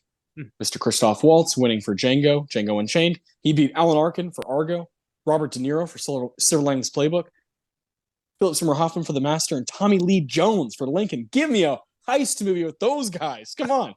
Yeah. Oh man, that is a group. Obviously, we're all Team Waltz, or are we Team Hoffman? Yeah, Waltz. Yeah. Waltz. Oh, yeah, I'm Team Hoffman. I thought we'd all jump ship there. Well, I'm just drowning. Yeah, there was no ship. Yeah, I definitely have to go. Yeah, have to go PSH here. Lancaster. It's just like I don't think anyone can do that. I think this might be fighting words, but I do think there are folks out there who could play Dr. King Schultz. I don't think anybody could touch Lancaster Dodd except for maybe Burt Lancaster. So that's what I'll say about that. That's interesting. All right, give me a German actor working today who could play Dr. King Schultz. Schultz, I mean, it's written differently if it's not him. Yeah. Okay. Well, no, I disagree with that because then you could go back and say, even with just PTA's work, not only the history of movies, plenty of people play outside of their where they're from. Daniel Day fucking Lewis, plays the best American 1920s character we've ever seen in There Will Be Blood, and he's from England. So I don't think I can get behind that. German is so specific, though. I mean, that guy's so specifically German. I mean, that's maybe why it's like, I mean, to the point where it's like, maybe that crossover of like English being the native tongue of either, an Englishman coming to play an American or American going to play an Englishman is less like, I don't know. That's less of a bend to like kind of, like your thought process there than it would be like an American playing a German. Because you're going to do some like just kind of like weird ass accent, like I think that's less of a leap to make. It's like, I think that guy is so uniquely like German that it probably would have needed to be a German actor, and he's the best one of that kind of age group to do it. So but I think again, the character would have been written differently. Again, I hear where y'all are coming from, and I do wish we lived in a world where like that was the representation, but it's not. I mean, like, look who plays Maximus Decimus Meridius in Gladiator, like, an Australian. Like, I mean, I just don't think like in the history of movies, like it just hasn't like mattered, I guess. Like, people play outside of their stuff all the time. It especially doesn't matter when you go that far back, because it's like even if it's like an American playing someone that's like it's like set in like Roman times, they do an like English accent. It's like, why? Are you doing, like, what? It's so weird. Yeah. Daniel Craig, 2012, Girl with Dragon Tattoo, 2011. Sorry, isn't even fucking trying. He's supposed to be a Swedish guy, and he's like, I'll just stick with my shit. Like, whereas Rooney Mara is trying to do like a slight like accent, which is like it's a decision, but I just can't. I don't know. Like, I agree with you guys like on paper, but like it's just not realistic. So like I don't know. I mean, I do think some people could play Dr. King Schultz and that are maybe American that like slightly change the way they talk. I don't know. I mean, correct me if I'm wrong.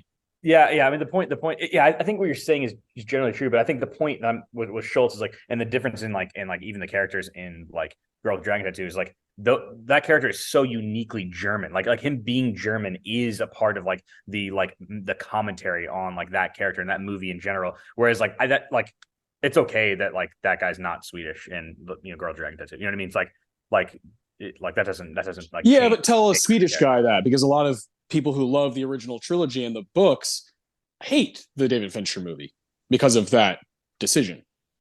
So like it depends like who you're talking, like what perspective you're talking to, I think. No, I know what you're like getting at, because like then you could just say that for everything ever. It's like, oh well, like tell it like this person that. Yeah.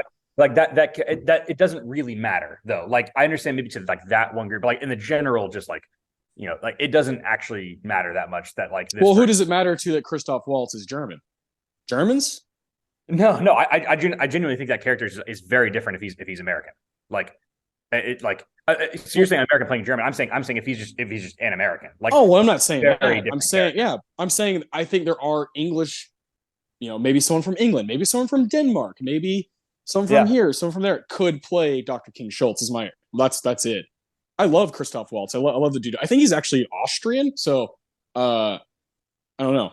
Whereas no one else could play Lancaster Dodd, is what you're saying.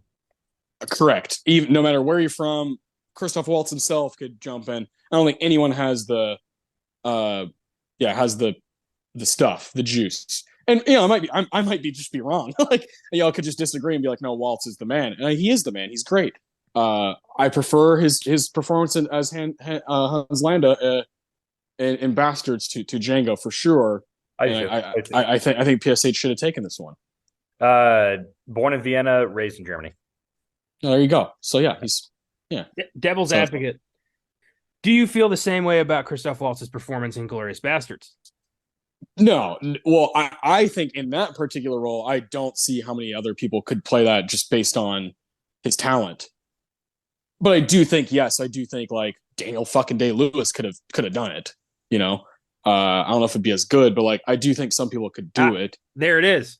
I don't think it would be as good. That's maybe that's the piece. I don't think that's. But I'm backing Landa before I'm backing King Schultz. Like 10 times out of 10. That's my preference. Ultimately, the Oscars, it doesn't matter. You know, like doesn't matter. We kind of care. You know, like we like look back on this stuff. But like no one really cares. You know, I think people who love Christoph Waltz just love him because he's great. He's great at his job. They're not like 2-time Oscar winner. You know, like that's not really what people care about. They care more about just the work. And he's a great actor. I wish he was doing more cool stuff like he did 10 years ago. True. Yeah, it is weird. What happened to him? He's like done a TV show or like I don't know. Yeah, the direction his career has taken is odd. I think he took too many shitty blockbuster jobs, and I think he's kind of lost some luster. I liked what was that Polanski movie he was in? I liked that one. When did that come out? You remember that one with John C. Reilly and Jodie Foster and Carnage? Yeah, Carnage. Yeah, I liked Carnage. Thought he was good in that. Yeah, that was a good one. I enjoyed that. I feel like that was post Django, right? That was right before Django. That was 2011. Okay, right. So still over 10 years ago. Yeah, didn't he like direct his own movie too? Not too long ago. He did. Yeah, I don't remember what that was, but I do remember. I feel like you saw that. I did. I feel like you like texted me. You're like, yeah, I don't know, man. Like, he might not be. All right, let me confirm that. I feel like was that COVID's ruined my fucking Georgetown. Right. Yeah, he did direct that. Yeah, that was weak. You did see it, didn't you? Yeah, it was so weak I had completely forgotten about it till right now. When did that come out? A couple years ago? That was last year. Yeah. Oh, last year. Okay. All right. I've lost all sense of time since COVID. I don't know if y'all feel the same way. It might have been whatever year where I was really doing everything I could for the sneak preview. So was that 2021? Yes, 2021. Right, that's when that came out. Yeah. Okay. What is that about? I've never heard of it. It's a true story of a German sociopath, like manipulative liar dude who married into wealth and then killed his wife to try to get her assets and was immediately caught despite all the crazy ass lies he told everybody. It's a true story, but just not executed very well. Interesting. Christoph, get back on the horse, buddy. Quite literally. Supporting actress. This is a good group. This kind of got some heavy hitters, some old school and some newer school people. Anne Hathaway won for Les Miserables, beating Amy Adams for The Master, Sally Field for Lincoln, Helen Hunt for The Sessions, and Jackie Weaver for Silver Linings Playbook. Man, it's all over the place. I'm gonna go on the record and say I am not a fan of Les Miserables. Like I don't get it. I just don't get it. It's not for me, not my thing. Fine. But I do think Anne Hathaway is incredible. So like I'm cool with her winning an Oscar because she's awesome. But like I don't know. This is a tough one. I haven't seen The Sessions, so I can't judge Helen Hunt's performance. Same. I remember really liking Sally Field's take on Mary Todd. Just the heartbroken, depressed, lonely woman she became after the death of her child, as opposed to my real life imagination of Mary Todd. So, I know what you mean because other people have played her, but yeah, I'm just like it's just funny to be like, yeah, this is my like that interpretation. It's like I don't. Well, I mean, that's who she was, obviously. Yeah, It's like she just translated to screen very well, is what I'm saying here. I'm not saying like what a brilliant interpretation. What a unique direction she took that. She took that. That's great. Yeah. I have so much history with her, and yet, yeah, she gave me. Took a real chance there. Fuck it. I don't remember what I was saying. Yeah. Okay. Sorry. That was just like a Gonzalez, funny sentence. Yeah, from Mary It was a Todd. good. Yeah. Well played. oh, Sally Field. Hey, Norma Ray is all I have. That's all I need to know. Okay. Who were the other people in it? Austin, real quick. Amy Adams, Helen Hunt, and Jackie Weaver. Silver Linings. She's good in Silver Linings, but I'm just kind of like crazy about that movie. Yeah, it's fine. Yeah. These are a bunch of fine movies. Yeah, that's a pretty uninspiring group there. Yeah. Yeah. Yeah. Whereas we're throw Kerry Washington in there for Django, you know? Yeah. Thought she was pretty great in that movie. I'm sure there's other 2012 stuff, you know, if we really looked at it that would be more intriguing. So yeah, it's not like a very exciting group, but I do love Amy Adams. I do love Anne Hathaway. Les Miserables it's just not my thing. It never has been. I remember seeing that and that was that, you know. that's that Mattress Man. I saw it once and I was out. But the list and I don't know. Are there any other categories that the Master should have been nominated in? Picture, director, screenplay, production design, score. Yeah, a few. Yeah, I'm with you. I think it should have been up for 10 things. Yeah, it's just I don't know. I think this and Django are like the two most unique films from the year. You know, both by freaks in their own right. I've explained to Connor the trajectory of both of their careers is so cool because they're like right next to each other basically the whole time. You know, they've made the same amount of movies. It's really, really cool. I love that about both of them. Like they start out real strong and there's Tarantino has the Jackie Brown that some people are like, I don't get it. It's not Tarantino. PTA has the Magnolia where it's like, this is a little too out there. You know, like they both kind of have these waves and then There'll Be Blood and Inglourious Basterds come out 2 years apart. And it's very clear that everybody's this is it. This is the gold right here. And then some people are like, actually, I think it's Django. And some people are like, actually, I think it's The Master. And those both came out the same year. And then you have 2019, 2021, Once Upon a Time in Hollywood, and Licorice Pizza, ode to late 60s, early 70s, Southern California. Pretty cool. I love that but Django and Master is the one time that they really were able to go head to head, and it didn't really happen. So sad. I love that you've even got the kind of slightly boring one that people don't always go back to with the Hateful Eight and Phantom Thread. Yep. Oh yeah. Fucking crazy. Oh, and Hard Eight to Boogie Nights is the same as Dogs to Boogie. You're like, holy shit, this guy's good. And then you're like, oh man, he's real good. And then Jackie Brown and Magnolia are both their third movie. That is weird. And then you see things completely change for both of them, Kill Bill and Punch Drunk Love, where you're like, okay, they're gonna this new century is gonna change them as movie makers. And they both followed up with their masterpieces. It's mind-boggling. I love those two. There's stories of them in the late 90s doing cocaine together. It'd probably be pretty annoying listening to those two, but I'd love to be a fly on the wall. Yeah, I want to do cocaine in the 90s. Yeah, with PTA and Quentin Tarantino. With whoever. Specifically in the 90s. Interesting. Yeah. I'm more of a 70s man myself, but I hear you on that. Adam, what decade would you go to? 18. I want to do Laudanum in 1885. Yeah, I think in an era when we didn't know how bad it was for us, I'd have a hard time squaring it. Yeah, in my mind, after all the the horror stories, but when it's in that period of we didn't realize how bad this was for everybody, and I've just seen too many sports documentaries or things like that. It's this guy had a great career and then all of a sudden just derailed by his addiction. It's yeah. I'm picturing it as I'm traveling through time and I'm fully aware of the consequences. So I've already traveled through time. I might as well, Okay, I see what you're saying. Yeah. Sure. Might as well partake. Yeah. Good stuff. All right. Well, let's do our awards draft. And I do want to say, for anybody out there who's trying to watch The Master, rewatch it. It is on Max at the moment. I think this movie gets a rap for being too long. It's really right over 2 hours. So give it a whirl, throw it on, have some fun. But for now, we're gonna do our awards draft. Randomized a list during the break that we took, and Adam, you have the first pick. I have the second pick. Connor, you're on the turn with the third, fourth pick, and we'll go back the other way. Okay. We got favorite quote, favorite music moment, favorite performance, favorite scene. You can choose any that you want off the board. I gotta say, guys, I listened to the Get Out episode. I listened to the Django episode, and I was like, this was built for a draft. Django's got so much cool shit. But you guys, with Django, more than Get Out, ended up going all over the place with Django. Like, y'all really, tackled a lot of different stuff. Y'all picked different things. But with Get Out, I was like, where is Catherine Keener?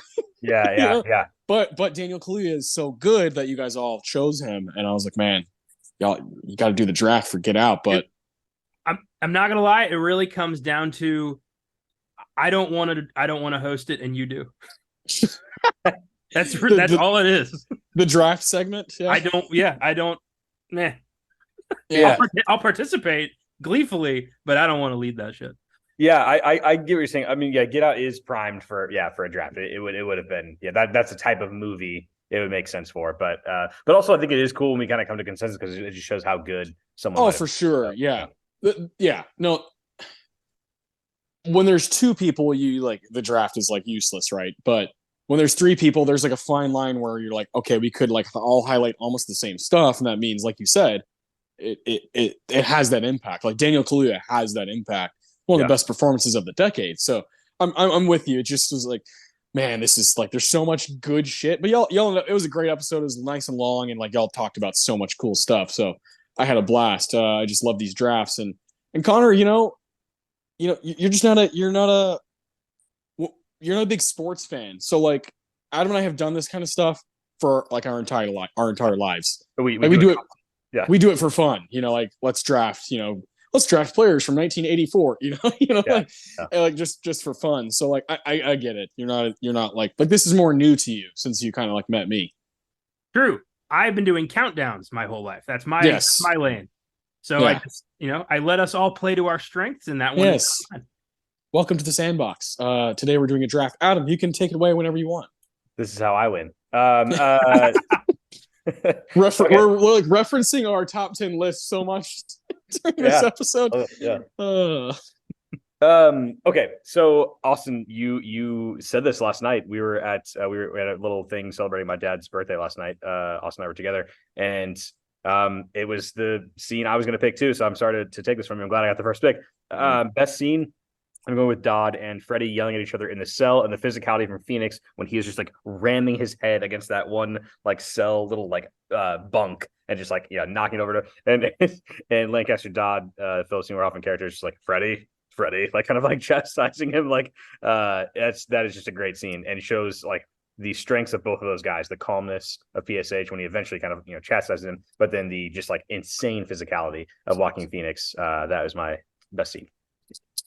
Yeah, that's my favorite scene in the movie for sure. The post arrest, at Laura Dern's house, Helen, in Philadelphia. It's just a fantastic scene. So yeah, great pick. When he smashes the fucking toilet, so good. Yeah. Of course, like all the stories, like everyone says that, PTA was like, do what you got to do, take it away. And Joaquin was like, hold my beer, and just loses his mind. So yeah, it's great. It to me this is why I love Joaquin. That like no one else does this shit. No one else can do it. No one else has the physicality, the balls, just the insanity to just be like completely out of his mind. So great pick. I'm obsessed with this scene. Connor, was that on your radar at all? Yeah, I was picking that as well. Yeah, it's the best. It's the best part of the movie. It's just so. It's also like funny. The more times you see it, you're just like, God damn! These people are nuts. Wow. Yeah. And the funniest part is like, when PSH is like, oh, I'm done with you. Like I'm done. You're drunk. This is it. Like I'm done. But then like he goes back to the house and they just like wrestle on the lawn. Oh, like good boy. It's just like these. It's like a toxic relationship. So I'm obsessed with them too. This is hard. I definitely was going to choose that first if I could have, but I'll take PSH just because I want him. I want him bad. It's obvious that there's two people in this movie that we all hold to a higher esteem than everybody else. So I want one of them. I want to make sure I get one of them. And the guy I want is PSH. Love him to death. My favorite actor ever, and is coming up on 10 years of since he passed in I think February. Crazy. So Crazy.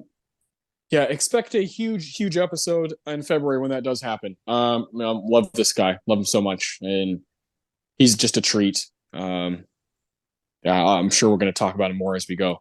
Connor, you have 2 picks in a row. I will pick a scene. It's the scene where we first get to see a crack in Lancaster's armor at the party when that one guy just starts asking too many questions. Yes. About the cause, and he just is getting increasingly flustered, and he just ends it with, if you already know the answers to your questions, then why ask pig fuck? It's so beautiful. Apparently it was that little bit, the pig fuck was improvised. Yeah.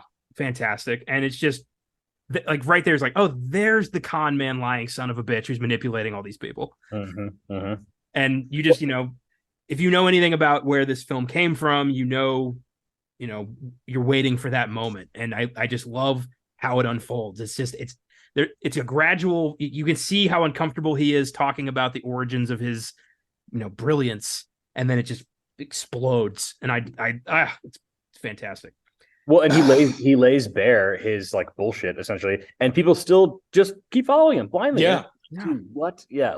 No, I made a note about that. So that the actor who plays John Moore, is Christopher Evan Welch. He's so good in that scene. That is he's going toe to toe with Lancaster Dodd, with Philip Seymour Hoffman, and I think that guy's just excellent, and it makes that scene so much better. That this is this character actor absolutely nails it. It's really, really good scene. Yeah. Yeah. This is definitely going to be my second pick. So my first scene. So great pick. I mean, there's so many through that line of dialogue, the back and forth. There's so many amazing bits. I love when John Moore's because he's you want me to do some processing on you? He's perhaps another time. And he's you've also said that these methods can cure leukemia according to your book. Yes, some forms of leukemia. In being able to access past lives, we were able to treat illnesses that may have started back thousands, even trillions of years ago. And John Moore goes, trillions? Yeah. With a T, sir. Such a fucking crazy line. And he laughs. He's like, Earth is not understood to be more than a few billion years old. Oh, well, even the smartest of our current scientists can be fooled, can't they? Yeah, he's just lost his mind. Even Lancaster is I love when Val, Jesse Plemons, God bless, when he says, he's making this up as he goes, right? It's so good. It's such a great character, great movie. Well, he's surrounded himself by blind yes men who just believe wholeheartedly that he's this prophet. So he can, he's under the impression he can say anything and people will be like, oh, wow, really? But this guy's no, completely not buying it. Yeah. And it's the first time in the movie where somebody's finally pushing back on this shit. Yeah. It's great. Yeah. Excellent pick. That poor guy. That poor guy. He gets the shit kicked out of him. Yeah, he pays for it. Yeah. We're just asking questions. It's he doesn't even, it's he's just this very and he's honestly pretty respectful. He definitely is prodding a little bit, but he's not accusatory or saying crazy stuff. It's not. Yeah, I mean, he actually is he's trying to have a debate, like a learned debate, and he can't even do that. You know what I mean? No, these people don't have cult members don't have debates. No. For my second pick, I'm taking Joaquin. Yeah. Put Adam in a bind there. Yeah, he sure did.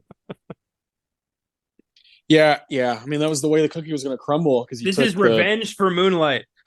Fair enough.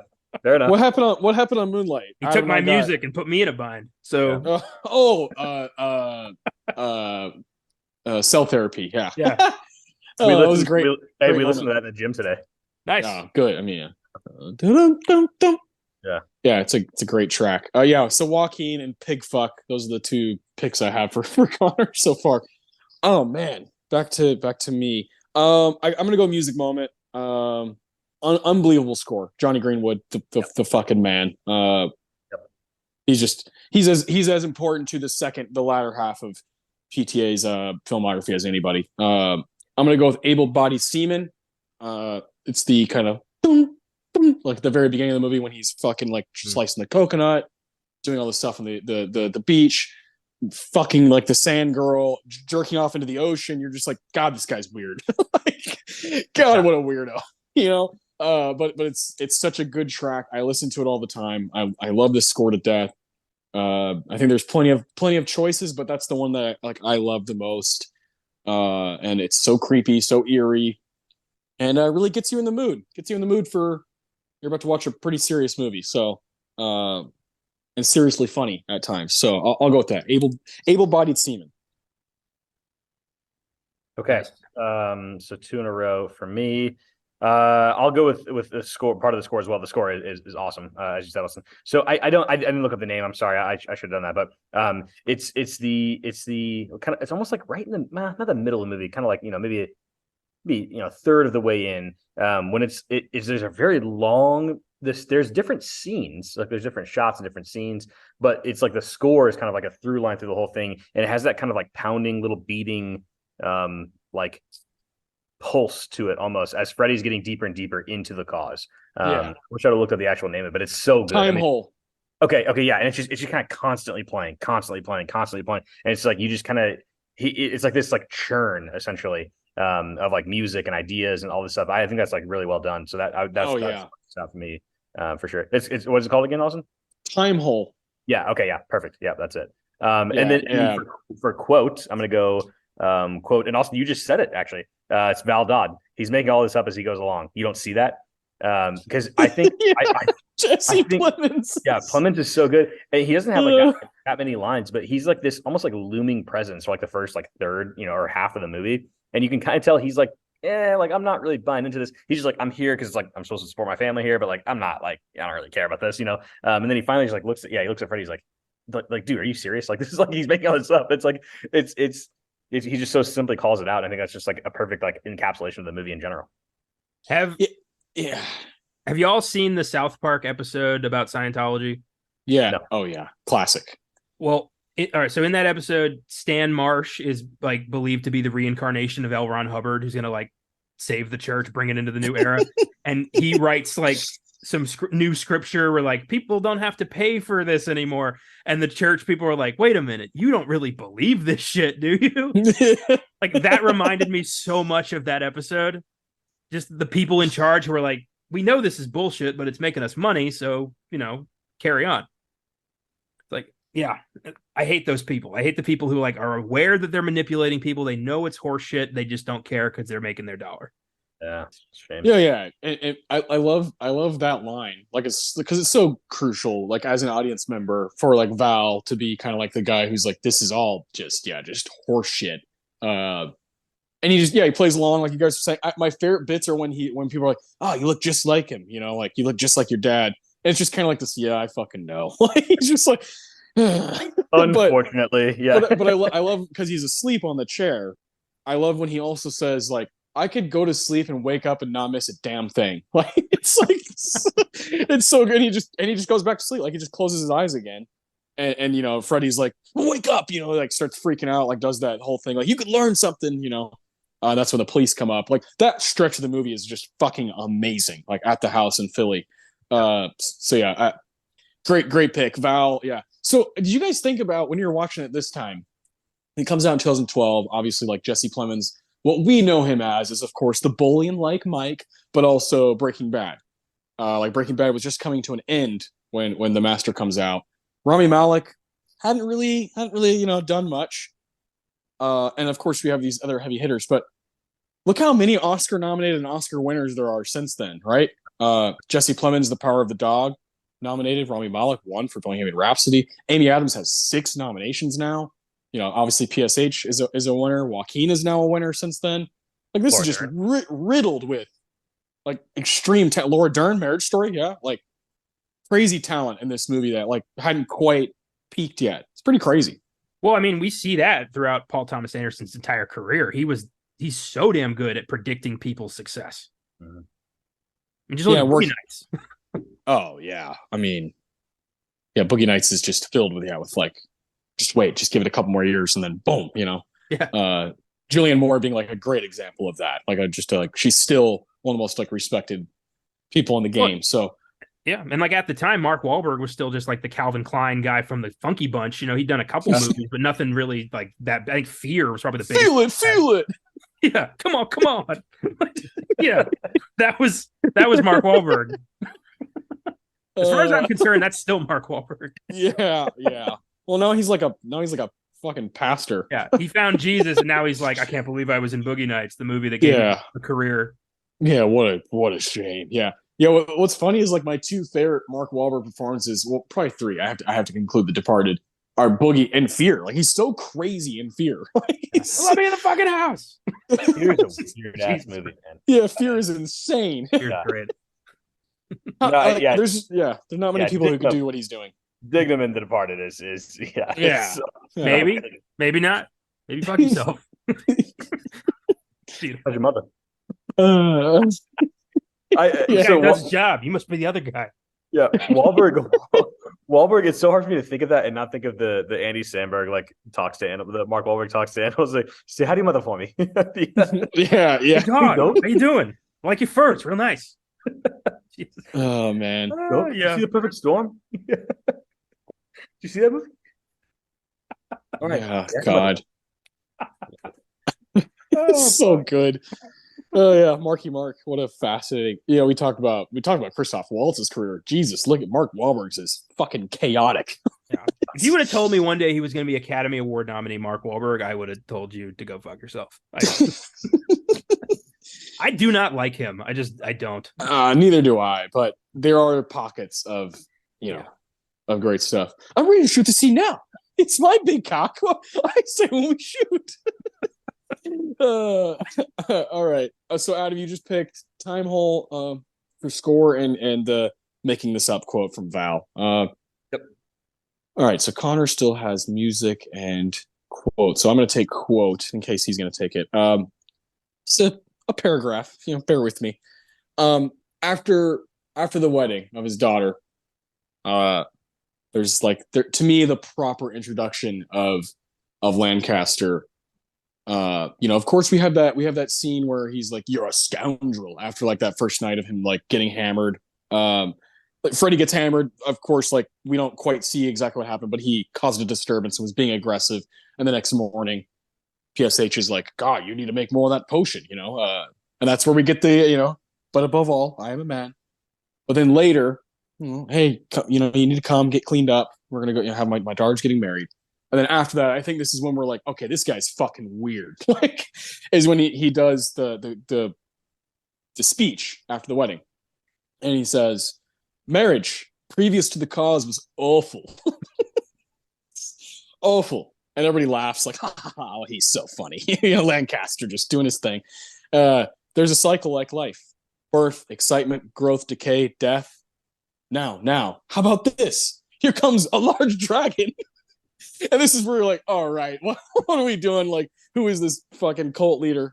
Teeth, blood dripping, red eyes. What do I got? A lasso. And I whip it up. I wrap it around its neck and I wrestle. And his hair in that moment is doing like the Chris Farley, like it's like flopping around. Like, what's going on? I love that you said Chris Farley because that's exactly what it reminded me of. It's like, I want to get the world by the tail and wrap it around and put it in my pocket. Here's you, here's me. Well, I'm here to tell you that you're not going to amount to jack squat. I'm getting my things. I'm moving in. Wrestle him to the ground. I snap up. I say, "Sit, dragon." Dragon sits. I say, "Stay." Dragon stays. Now I got on a leash. Take it for a walk. And now that's where we're at. That's where we're at with it now. It stays on command. Next, we're going to teach it to roll over and play dead. And everyone's just like, like a bunch of freaks like that drank the Kool-Aid. They're just like, "Yep, this is our leader. Like, this is our guy." And the delivery from PSH in that scene is like, it gives me chills thinking about it, talking about it, and of course when I watch it, I'm like, I love this man with all my heart. He's so good in that scene. I can't imagine keeping a straight face. Like when he does there's a cycle like life, and then he like kind of goes and goes, and he goes, now, how about this? Here comes a large dragon. He just breaks into that whole bit. It's always been a quote that I'm like obsessed with. And this is again a huge shout out to our brother Jeremy. Jeremy and I always like obsess over that scene and over like that wacky quote from Phil. Can I just say, y'all have ruined this movie for me going forward, because now I'm only ever going to picture a Lancaster Dodd motivational speaker who lives in a yacht down by the river. We got ourselves a writer. Hey, Dad, I can't see very well. Is that Phil Shakespeare? Phil Shakespeare over there? You're not going to be using your papers for writing, but for rolling duty. It's well then. Yeah. Bloody freaking God. Oh boy. Yeah, that's fucking brilliant. I never saw that. Now I'm only gonna see that. It's that cadence. It's the slow, quick. It's the, you know what I mean? Yeah. I also love the little like thinking out loud, like, hey, how about this? Like he's writing in the moment. It's like that's the ultimate evidence that he's just making this shit up. Making it up, yeah. Like to everyone, he's like, hey, what do you think of this? Yes. What the fuck? And yeah. Like, oh, brilliant Lancaster. Yeah. And Joaquin, Freddie is like, he's looking around kind of like with a weird smirk, kind of like a creepy, like, what? Like, what is this? Like, and he's drinking his drink and he's just kind of like, huh, like, I'm like in a different planet right now. I'm on a different planet. I just think, I think that scene rules and that quote rules. Connor, you have 2 in a row. You have to pick quote and music moment on these 2 rounds. It's not every day that you go on a bender and you wake up in the middle of a cult on the ocean. Yeah.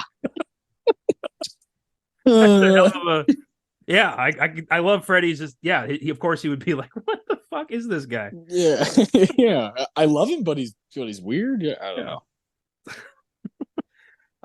Okay, quote and music. I'll go with music first. Get thee behind me, Satan.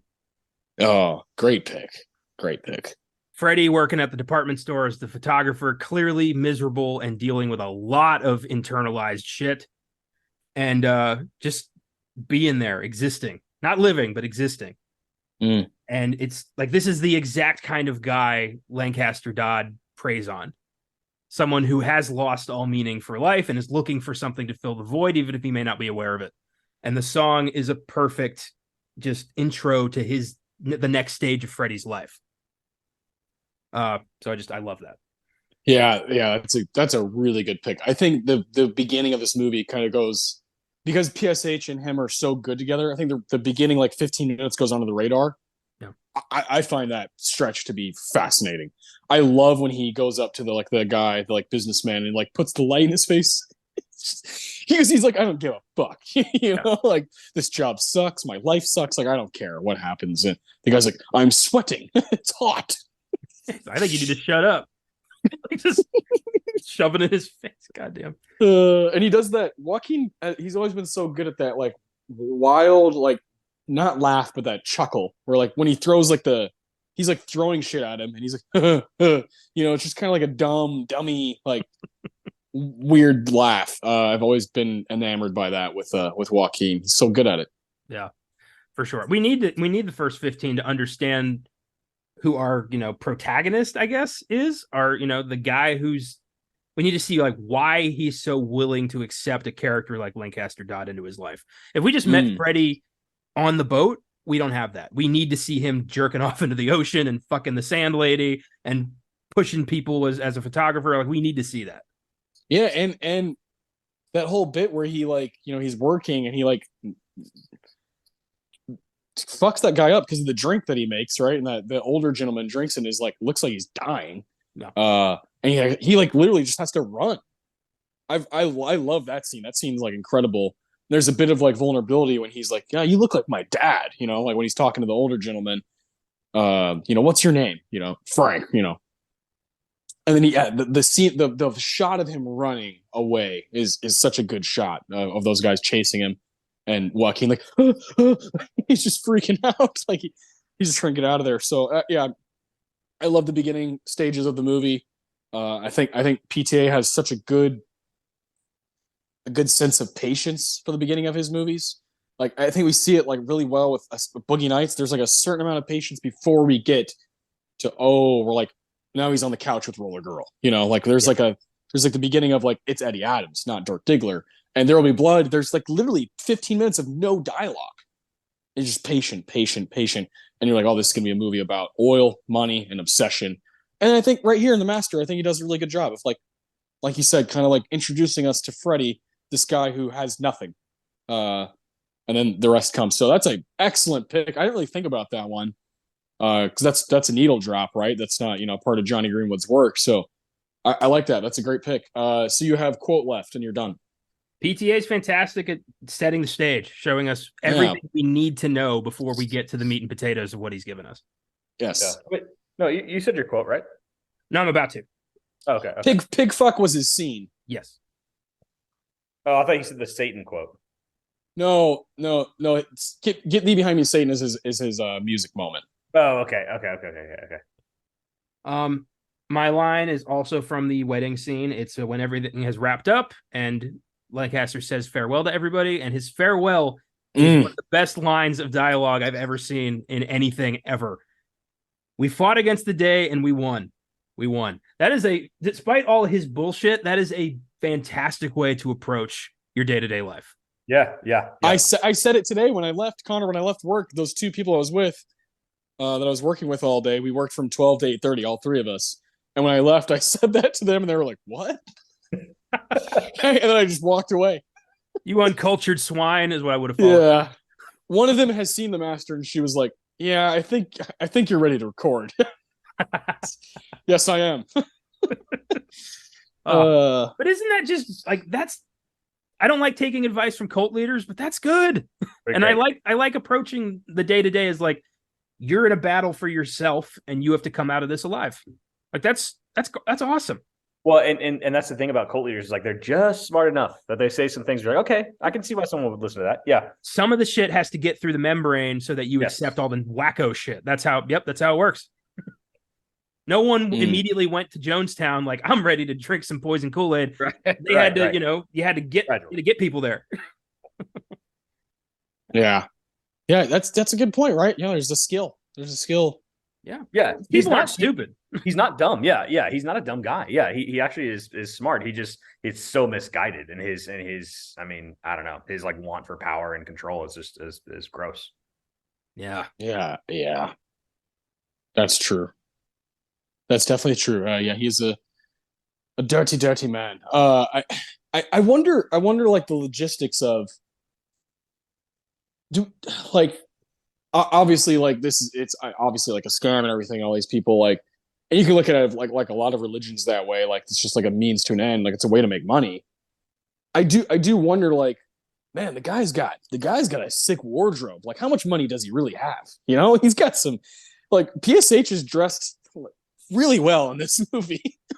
Well, I mean, I'm sure he was saying, to all of my followers who believe me to be of some importance, please contribute to the cause.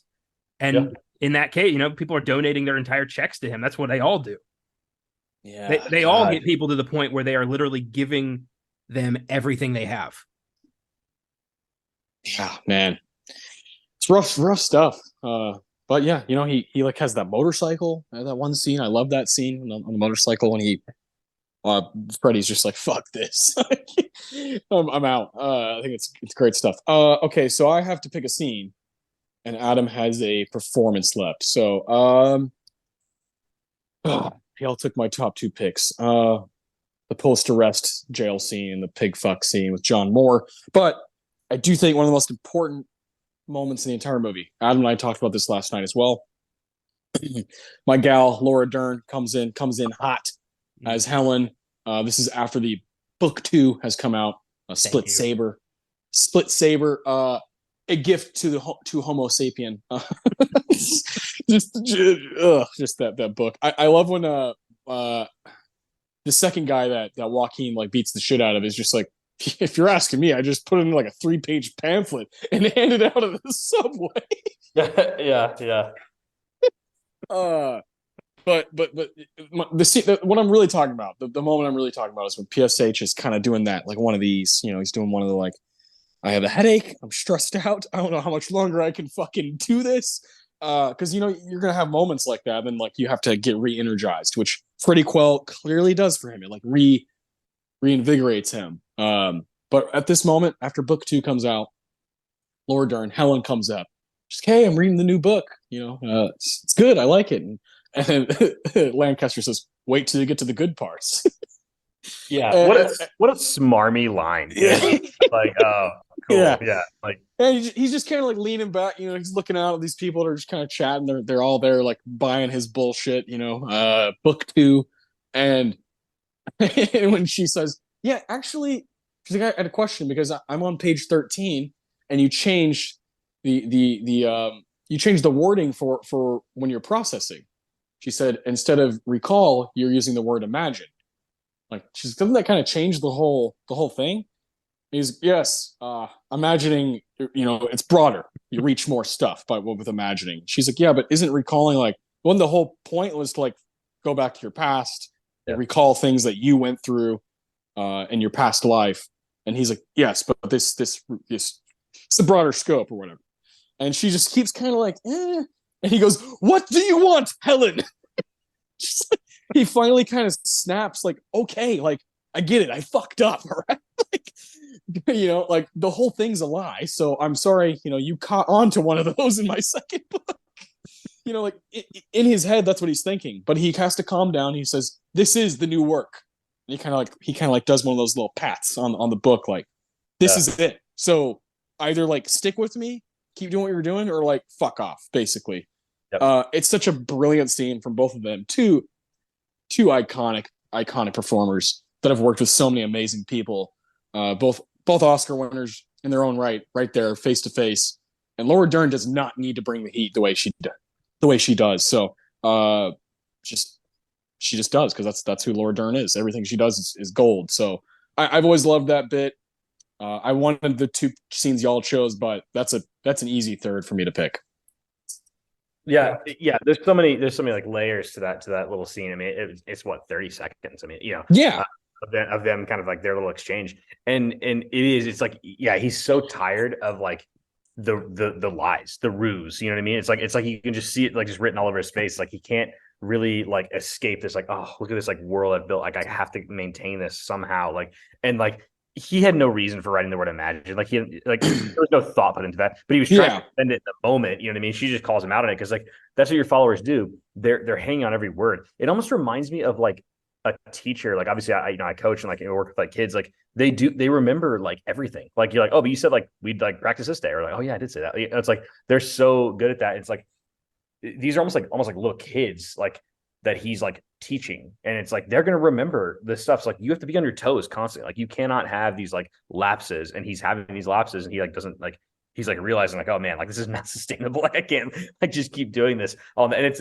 that slow quick explosion, right? That like kind of like quiet loud. It's like it's the Matt Foley and Chris Farley. I remember listening to an interview. He said he stole that from his dad, who would like they'd just be sitting at the table, and he'd just be like, all of a sudden, eating his like, like, I thought I told you boys to shovel the walk. Yeah, just like scream at him all this stuff.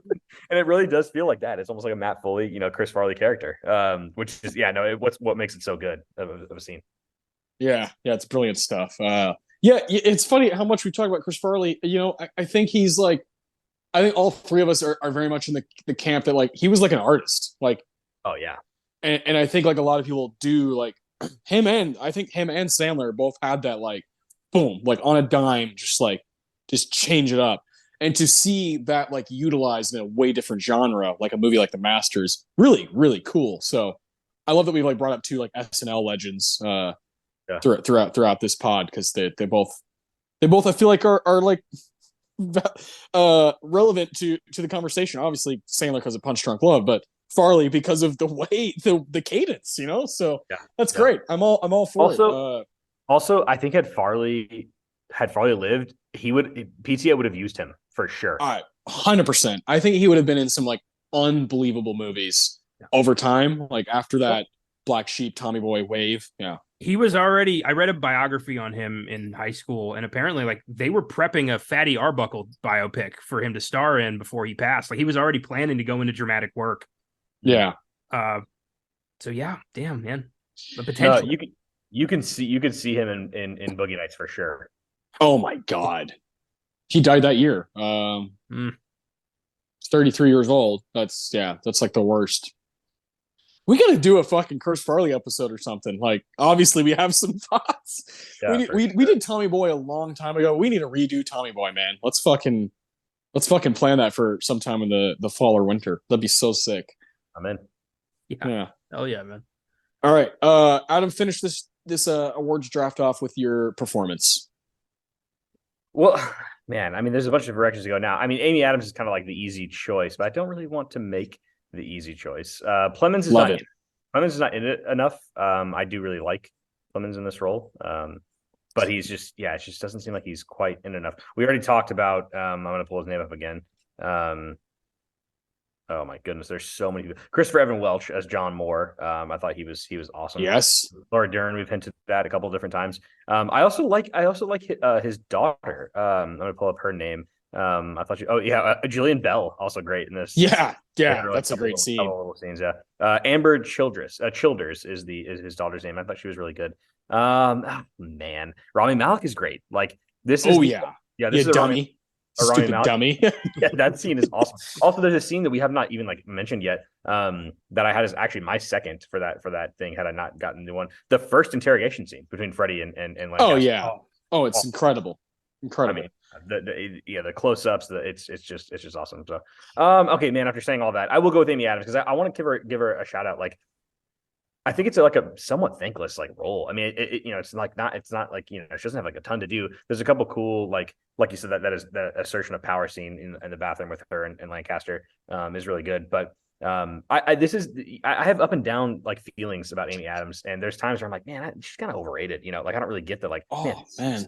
Six nominees, and then I have times where I'm like, oh wow, she's so good. Like she is just so good. So I'll give it to Amy Adams as the kind of the third lead of the movie. Makes sense for her to be the third pick for me. Yeah, I love her. I love Amy. So yeah, I think that's a good pick. So the scene I'm glad you pointed that out. So I was talking to Connor before we started recording.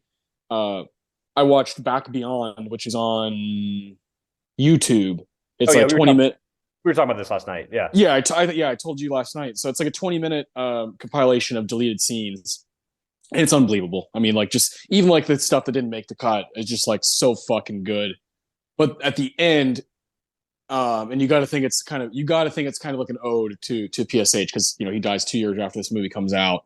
And there's this brilliant outtake between after that scene. It's the scene that you're talking about when processing. This is like the first thing, and he's like, "Say your name." Freddie Quell. Say it again, Freddie Quell. One more time, just so we know who you are. Freddie Quell. That whole scene when it ends, they're drinking what looks like poisonous lemonade. It's like it's like lime, like bright green, and it like looks crazy. And they're drinking or whatever, and then Joaquin is giving him a cigarette. He's giving him a cool cigarette, menthol, and the outtake is them two like doing that bit, and so Joaquin's like sitting down, he's already smoking his, and then PSH is like passing mine or whatever, and he like. Whenever he gives him the cigarette, he like lights it and he goes, minty flavor. And PSH like can't get it together. He keeps laughing. And then he does like 3 times where he like messes up and then he's just like, fuck you. Because Joaquin's like, dude, I'm not doing anything. I'm just smoking. I'm just playing the part. But like even like Joaquin and PSH, these guys that we admire, we like admire their craft and their art and like their ability to just wow us. Like they're dudes, they're people. They're just like guys that also have, families or whatever, they like to go eat fast food just like we do. They like normal shit like we do. PSH went to Knicks games all the time. You know what I mean? Like they just like shit that we like, they're just people, they're just dudes. And to see them kind of like break down during this movie that like I hold on such a high pedestal, to see that moment, like, just makes me like so happy. My heart's so happy. So now that scene has even more like weight to me because every time I watch it and I hear him actually do the bit, minty flavor, I'm gonna lose it. I'm just gonna start laughing because I'm gonna think about that outtake. So if you have time, Back Beyond on YouTube, definitely check that out. It's pretty short, super entertaining. This has been very rewarding. Talking about this movie, you guys picked some amazing stuff. We're all over the board here. So that was really fun. Is there anything you feel like we've missed? Yeah, y'all like the final scene where he's like, "You will be my sworn enemy," in the next life if I meet you again. Like, is there any other like bits like that y'all love? I do love that bit that you just mentioned. Yeah, it's so good. The That's final showdown. Yeah, that's some ghoulish cool shit to say to somebody. yeah. Shit. I just have a couple little notes. Go ahead, Yeah. Connor. Go ahead. Did you have anything else, Connor? I was just gonna say I'm gonna try to drop that quote on somebody at work tomorrow. But continue. That'd be awesome. No, I just had a couple of notes. Number one, I would never in a million years hang out with Freddie. Like, he just drives me crazy. Like he's the type of guy that's just the way he moves around. I'm like, this guy, he's like the type of guy that would just kind of grab your arm and be like, Indian rug burn, like that type of guy. You're just like, dude, get off of me. I don't know. He drives me absolutely crazy. But that's why he's so good. You know what I mean? He's like that.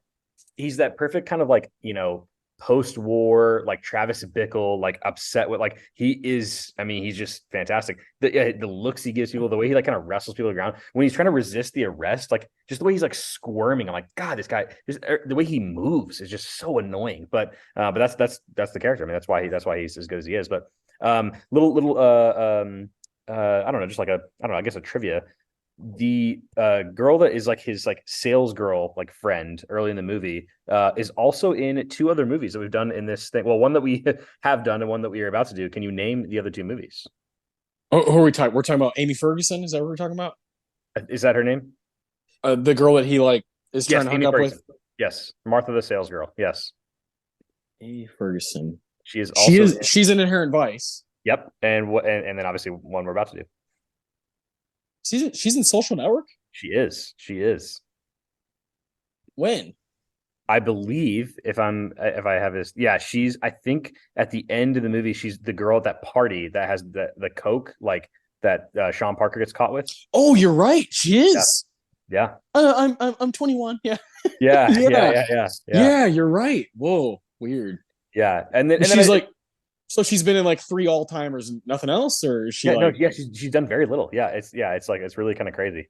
She has like a little like run, I guess. But the production design is something I think we need to shout out. I mean, it's unreal. Unreal. Yeah. I definitely was gonna say just the way it looks. I mean, the cinema, like I mean, you could have a whole episode on just the cameras, just the camera that the PTA. This is why the movie costs so much. It's because of the equipment. And he just does that. He just doesn't give a fuck. He's like, I'd rather look really good for the next 100 years than make like a profit off of and that's like a lot of people are like, oh, pretentious asshole. Like, you listen to him talk and you're like, I get it. Like, he just loves movies so much. He wants to like put his stamp on it. The highest quality. He wants to do right by it. He doesn't want to, he doesn't want to cheat the game. Like, I love that about him. And again, that's the thing that him and Tarantino both have just always had. Like, I'm not going to cheat the game. And I believe that both of them will stop when it's time to stop. They're not going to like do this thing that some of these directors do where they just keep going into their like 70s and 80s and they don't have anything in the tank. They're just like, it's my job. So like, I'll just do that. They don't find any other way to have income. They're just like, whatever, paycheck gigs. I can't stand that. So I love that they're like guys like that exist that will never cheat the game. And PTA is at the top of that list. I respect the hell out of artists on any level who strive to make something good as opposed to trying to make something successful. It's hard to, especially when you're a struggling artist, to like adhere to that, to really, stay true to your morals. But when people do it, instant respect. Yeah, no, I'm with you. I mean, and my last little note about the movie in general was the scene. One of you guys mentioned already the motorcycle scene out the whatever. Even that little bit, it's like obviously at that point, like he's, there's been the start of the descent, into like this just being, found out as like complete bullshit. But even that, he can't just like be like, hey, I'm gonna go out and like ride this motorcycle with like my friend Freddie and my daughter and her husband. Like everything has to be so grand. He's like, we're gonna play a game. You pick a spot, where it's like you can't just say like, hey, let's go riding, like everything has to be so just like over the top and like oh, pick this spot and ride as fast as you can towards it. And then even obviously when he realizes Freddie's just like driving away, he's like he's going very fast. He's going very fast. Yeah, I like that scene a lot. And it does. Yeah, there's some shots in that scene that are really beautiful. Oh, gorgeous. The scene when Amy Adams is like, what color are my eyes? And like the color of her eyes actually changes. It's like, whoa, dude, this is some this is some wicked filmmaking. Like he's just I just think There'll Be Blood and this, like he's just on like this crazy like ambitious level that very few like creators can get to. And like I'm so grateful for like that. I don't think he quite has that anymore. Maybe he does, but I feel like he's clearly like, I think Phantom Thread like approaches that at times. And Licorice Pizza was obviously like a step back of like, let's have some fucking fun, I would love to see like what his next phase is, because I think he's 52, so like early 50s. Like he still has, obviously some years to like do stuff. I'm very curious to see if he like tries to kind of like top himself with the like artistry of There'll Be Blood or The Master. I'm very curious, but yeah, man, I love this movie to death. Could go on forever, but if you guys don't have anything else to say, we can take a quick break. All right, we're back with our next segment. What's in the box? What's in the fucking box? All right, I've got two negative reviews of The Master. A lot of the negative reviews on Letterboxd are long as fuck, and I was like, I don't feel like just doing that whole thing. So I've tried to find some ones that were kind of funny to me. This one especially is hilarious. It has a 4.0, so yeah, it's pretty favorable. A lot of these movies that are coming at the tail end of this, with Moonlight, Her, Django, Get Out, these are all like 4.0 and higher movies. Same with Social Network and Whiplash. These are all pretty, people love this stuff. But there are those haters, and Chloe is a hater. 2-star review for The Master. This was written 3 years ago. She says, someone definitely went up to Paul Thomas Anderson and said they weren't going to watch his best movie, Magnolia, because Tom Cruise, the Scientologist, was the star of it. So PTA went completely psycho and made this movie. Pretty funny. Yeah, pretty I good. believe that. Chloe, I believe that happened. Yeah, Chloe, you're not wrong. I don't think so anyway. No problem with that one from Chloe. I just thought it was like the funniest negative review, like low rating review of all of them on Letterboxd. So shout out to Chloe. Somehow that review only has 1 like, so let's bump them up. Next one. This is cool because this is actually from November 2012. This review. This is an old school Letterboxd review. 1 star. From Andrew Jones. Mediocre acting in an impenetrable film. The Master may be raved about by critics, but it lacks any element of why we go to the cinema. In the first place, we have entertainment, interesting story, and iconic characters. This has none. All right. Well, all right. First of all, Andrew, have you ever heard of rewatching something? pretentious dicks go to the cinema. We go to the movies. Yeah, I there's an element of that critique that has some merit though. Like I can it's not the most accessible movie. It's I really like it. But it's not I can see why, like if I were, so obviously like I reference the kids I coach a lot because like partly because I'm close to them and they they know I have like these hobbies and I do these podcasts sometimes.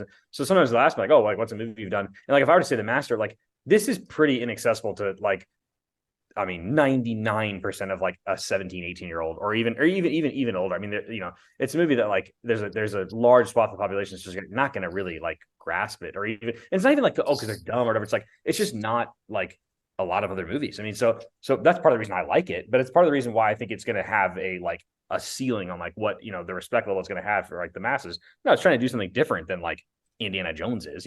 Obviously it's like that's a very different thing. But I think that's a very fair like criticism of it. I'm okay with this too. I'm with Connor where it's kind of like why we go to the cinema, the theater. What a dumb. There are ways Yeah. you can describe this movie in like the way you're talking, the problems you're referring to without sounding like a dick. Yeah. No, that's just like a dumb line. Yeah. I was saving this because of this review. I was saving this like conversation to this will kind of close us out. We can get out of here. The first time I saw this movie, I didn't like it. I didn't get it. I was 17. So Adam, you're referencing we saw this together, dude.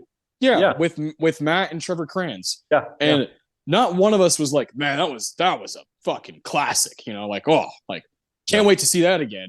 We were all kind of like, huh. Like what just happened? What exactly? Because we weren't like PTA heads the way we are now, we weren't super familiar with like what he's trying to do. And so all of us, I remember Trevor was like, that was bad. Like I was more just like, I don't really get it. So like, I don't understand. But, with time, 11 years of watching movies and you give something another chance, which is what I would encourage Andrew Jones to do, things can change. Things can get worse or better. Like reevaluating something years later is huge. And like now, obviously, I'm obsessed with this movie.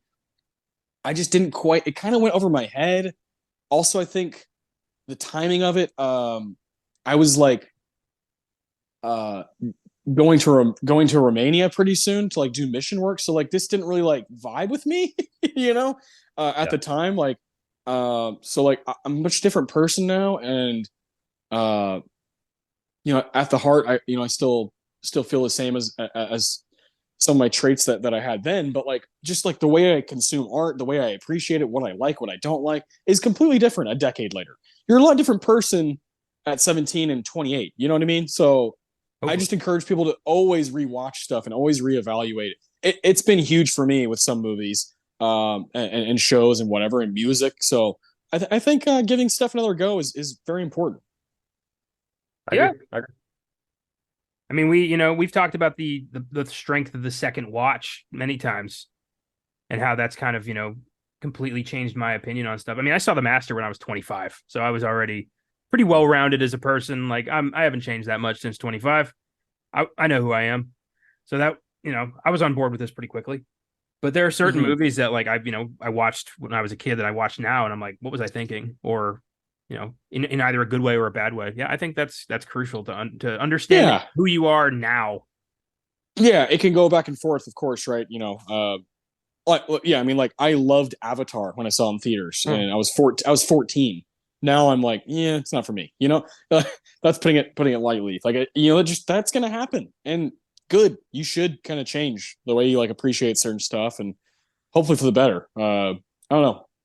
So I've always felt, but yeah, I'll never forget. Saw that in College Station with you, Adam, and Matt and Trevor. Matt could be in the Dodd family. I don't know if you ever thought about that with his kind of like strawberry blonde hair, mustache. Yeah, he could be like the other brother because of the looks, not because of. Okay, see, I don't know who Matt is, so I immediately thought like, oh, so he's crazy. No. Crazy cool. Matt will be on this podcast at some point.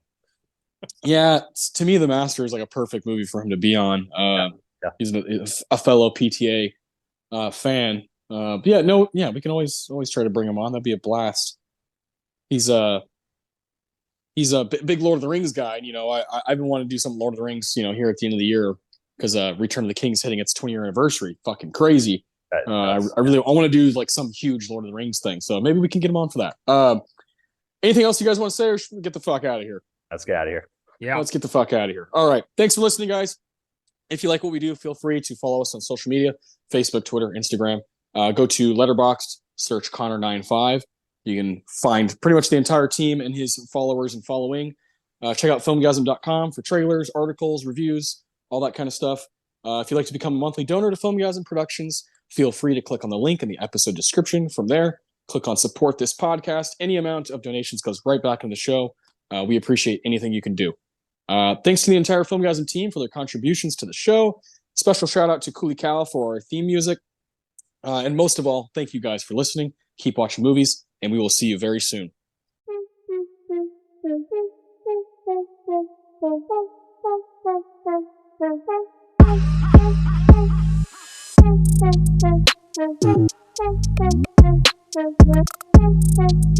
Bye.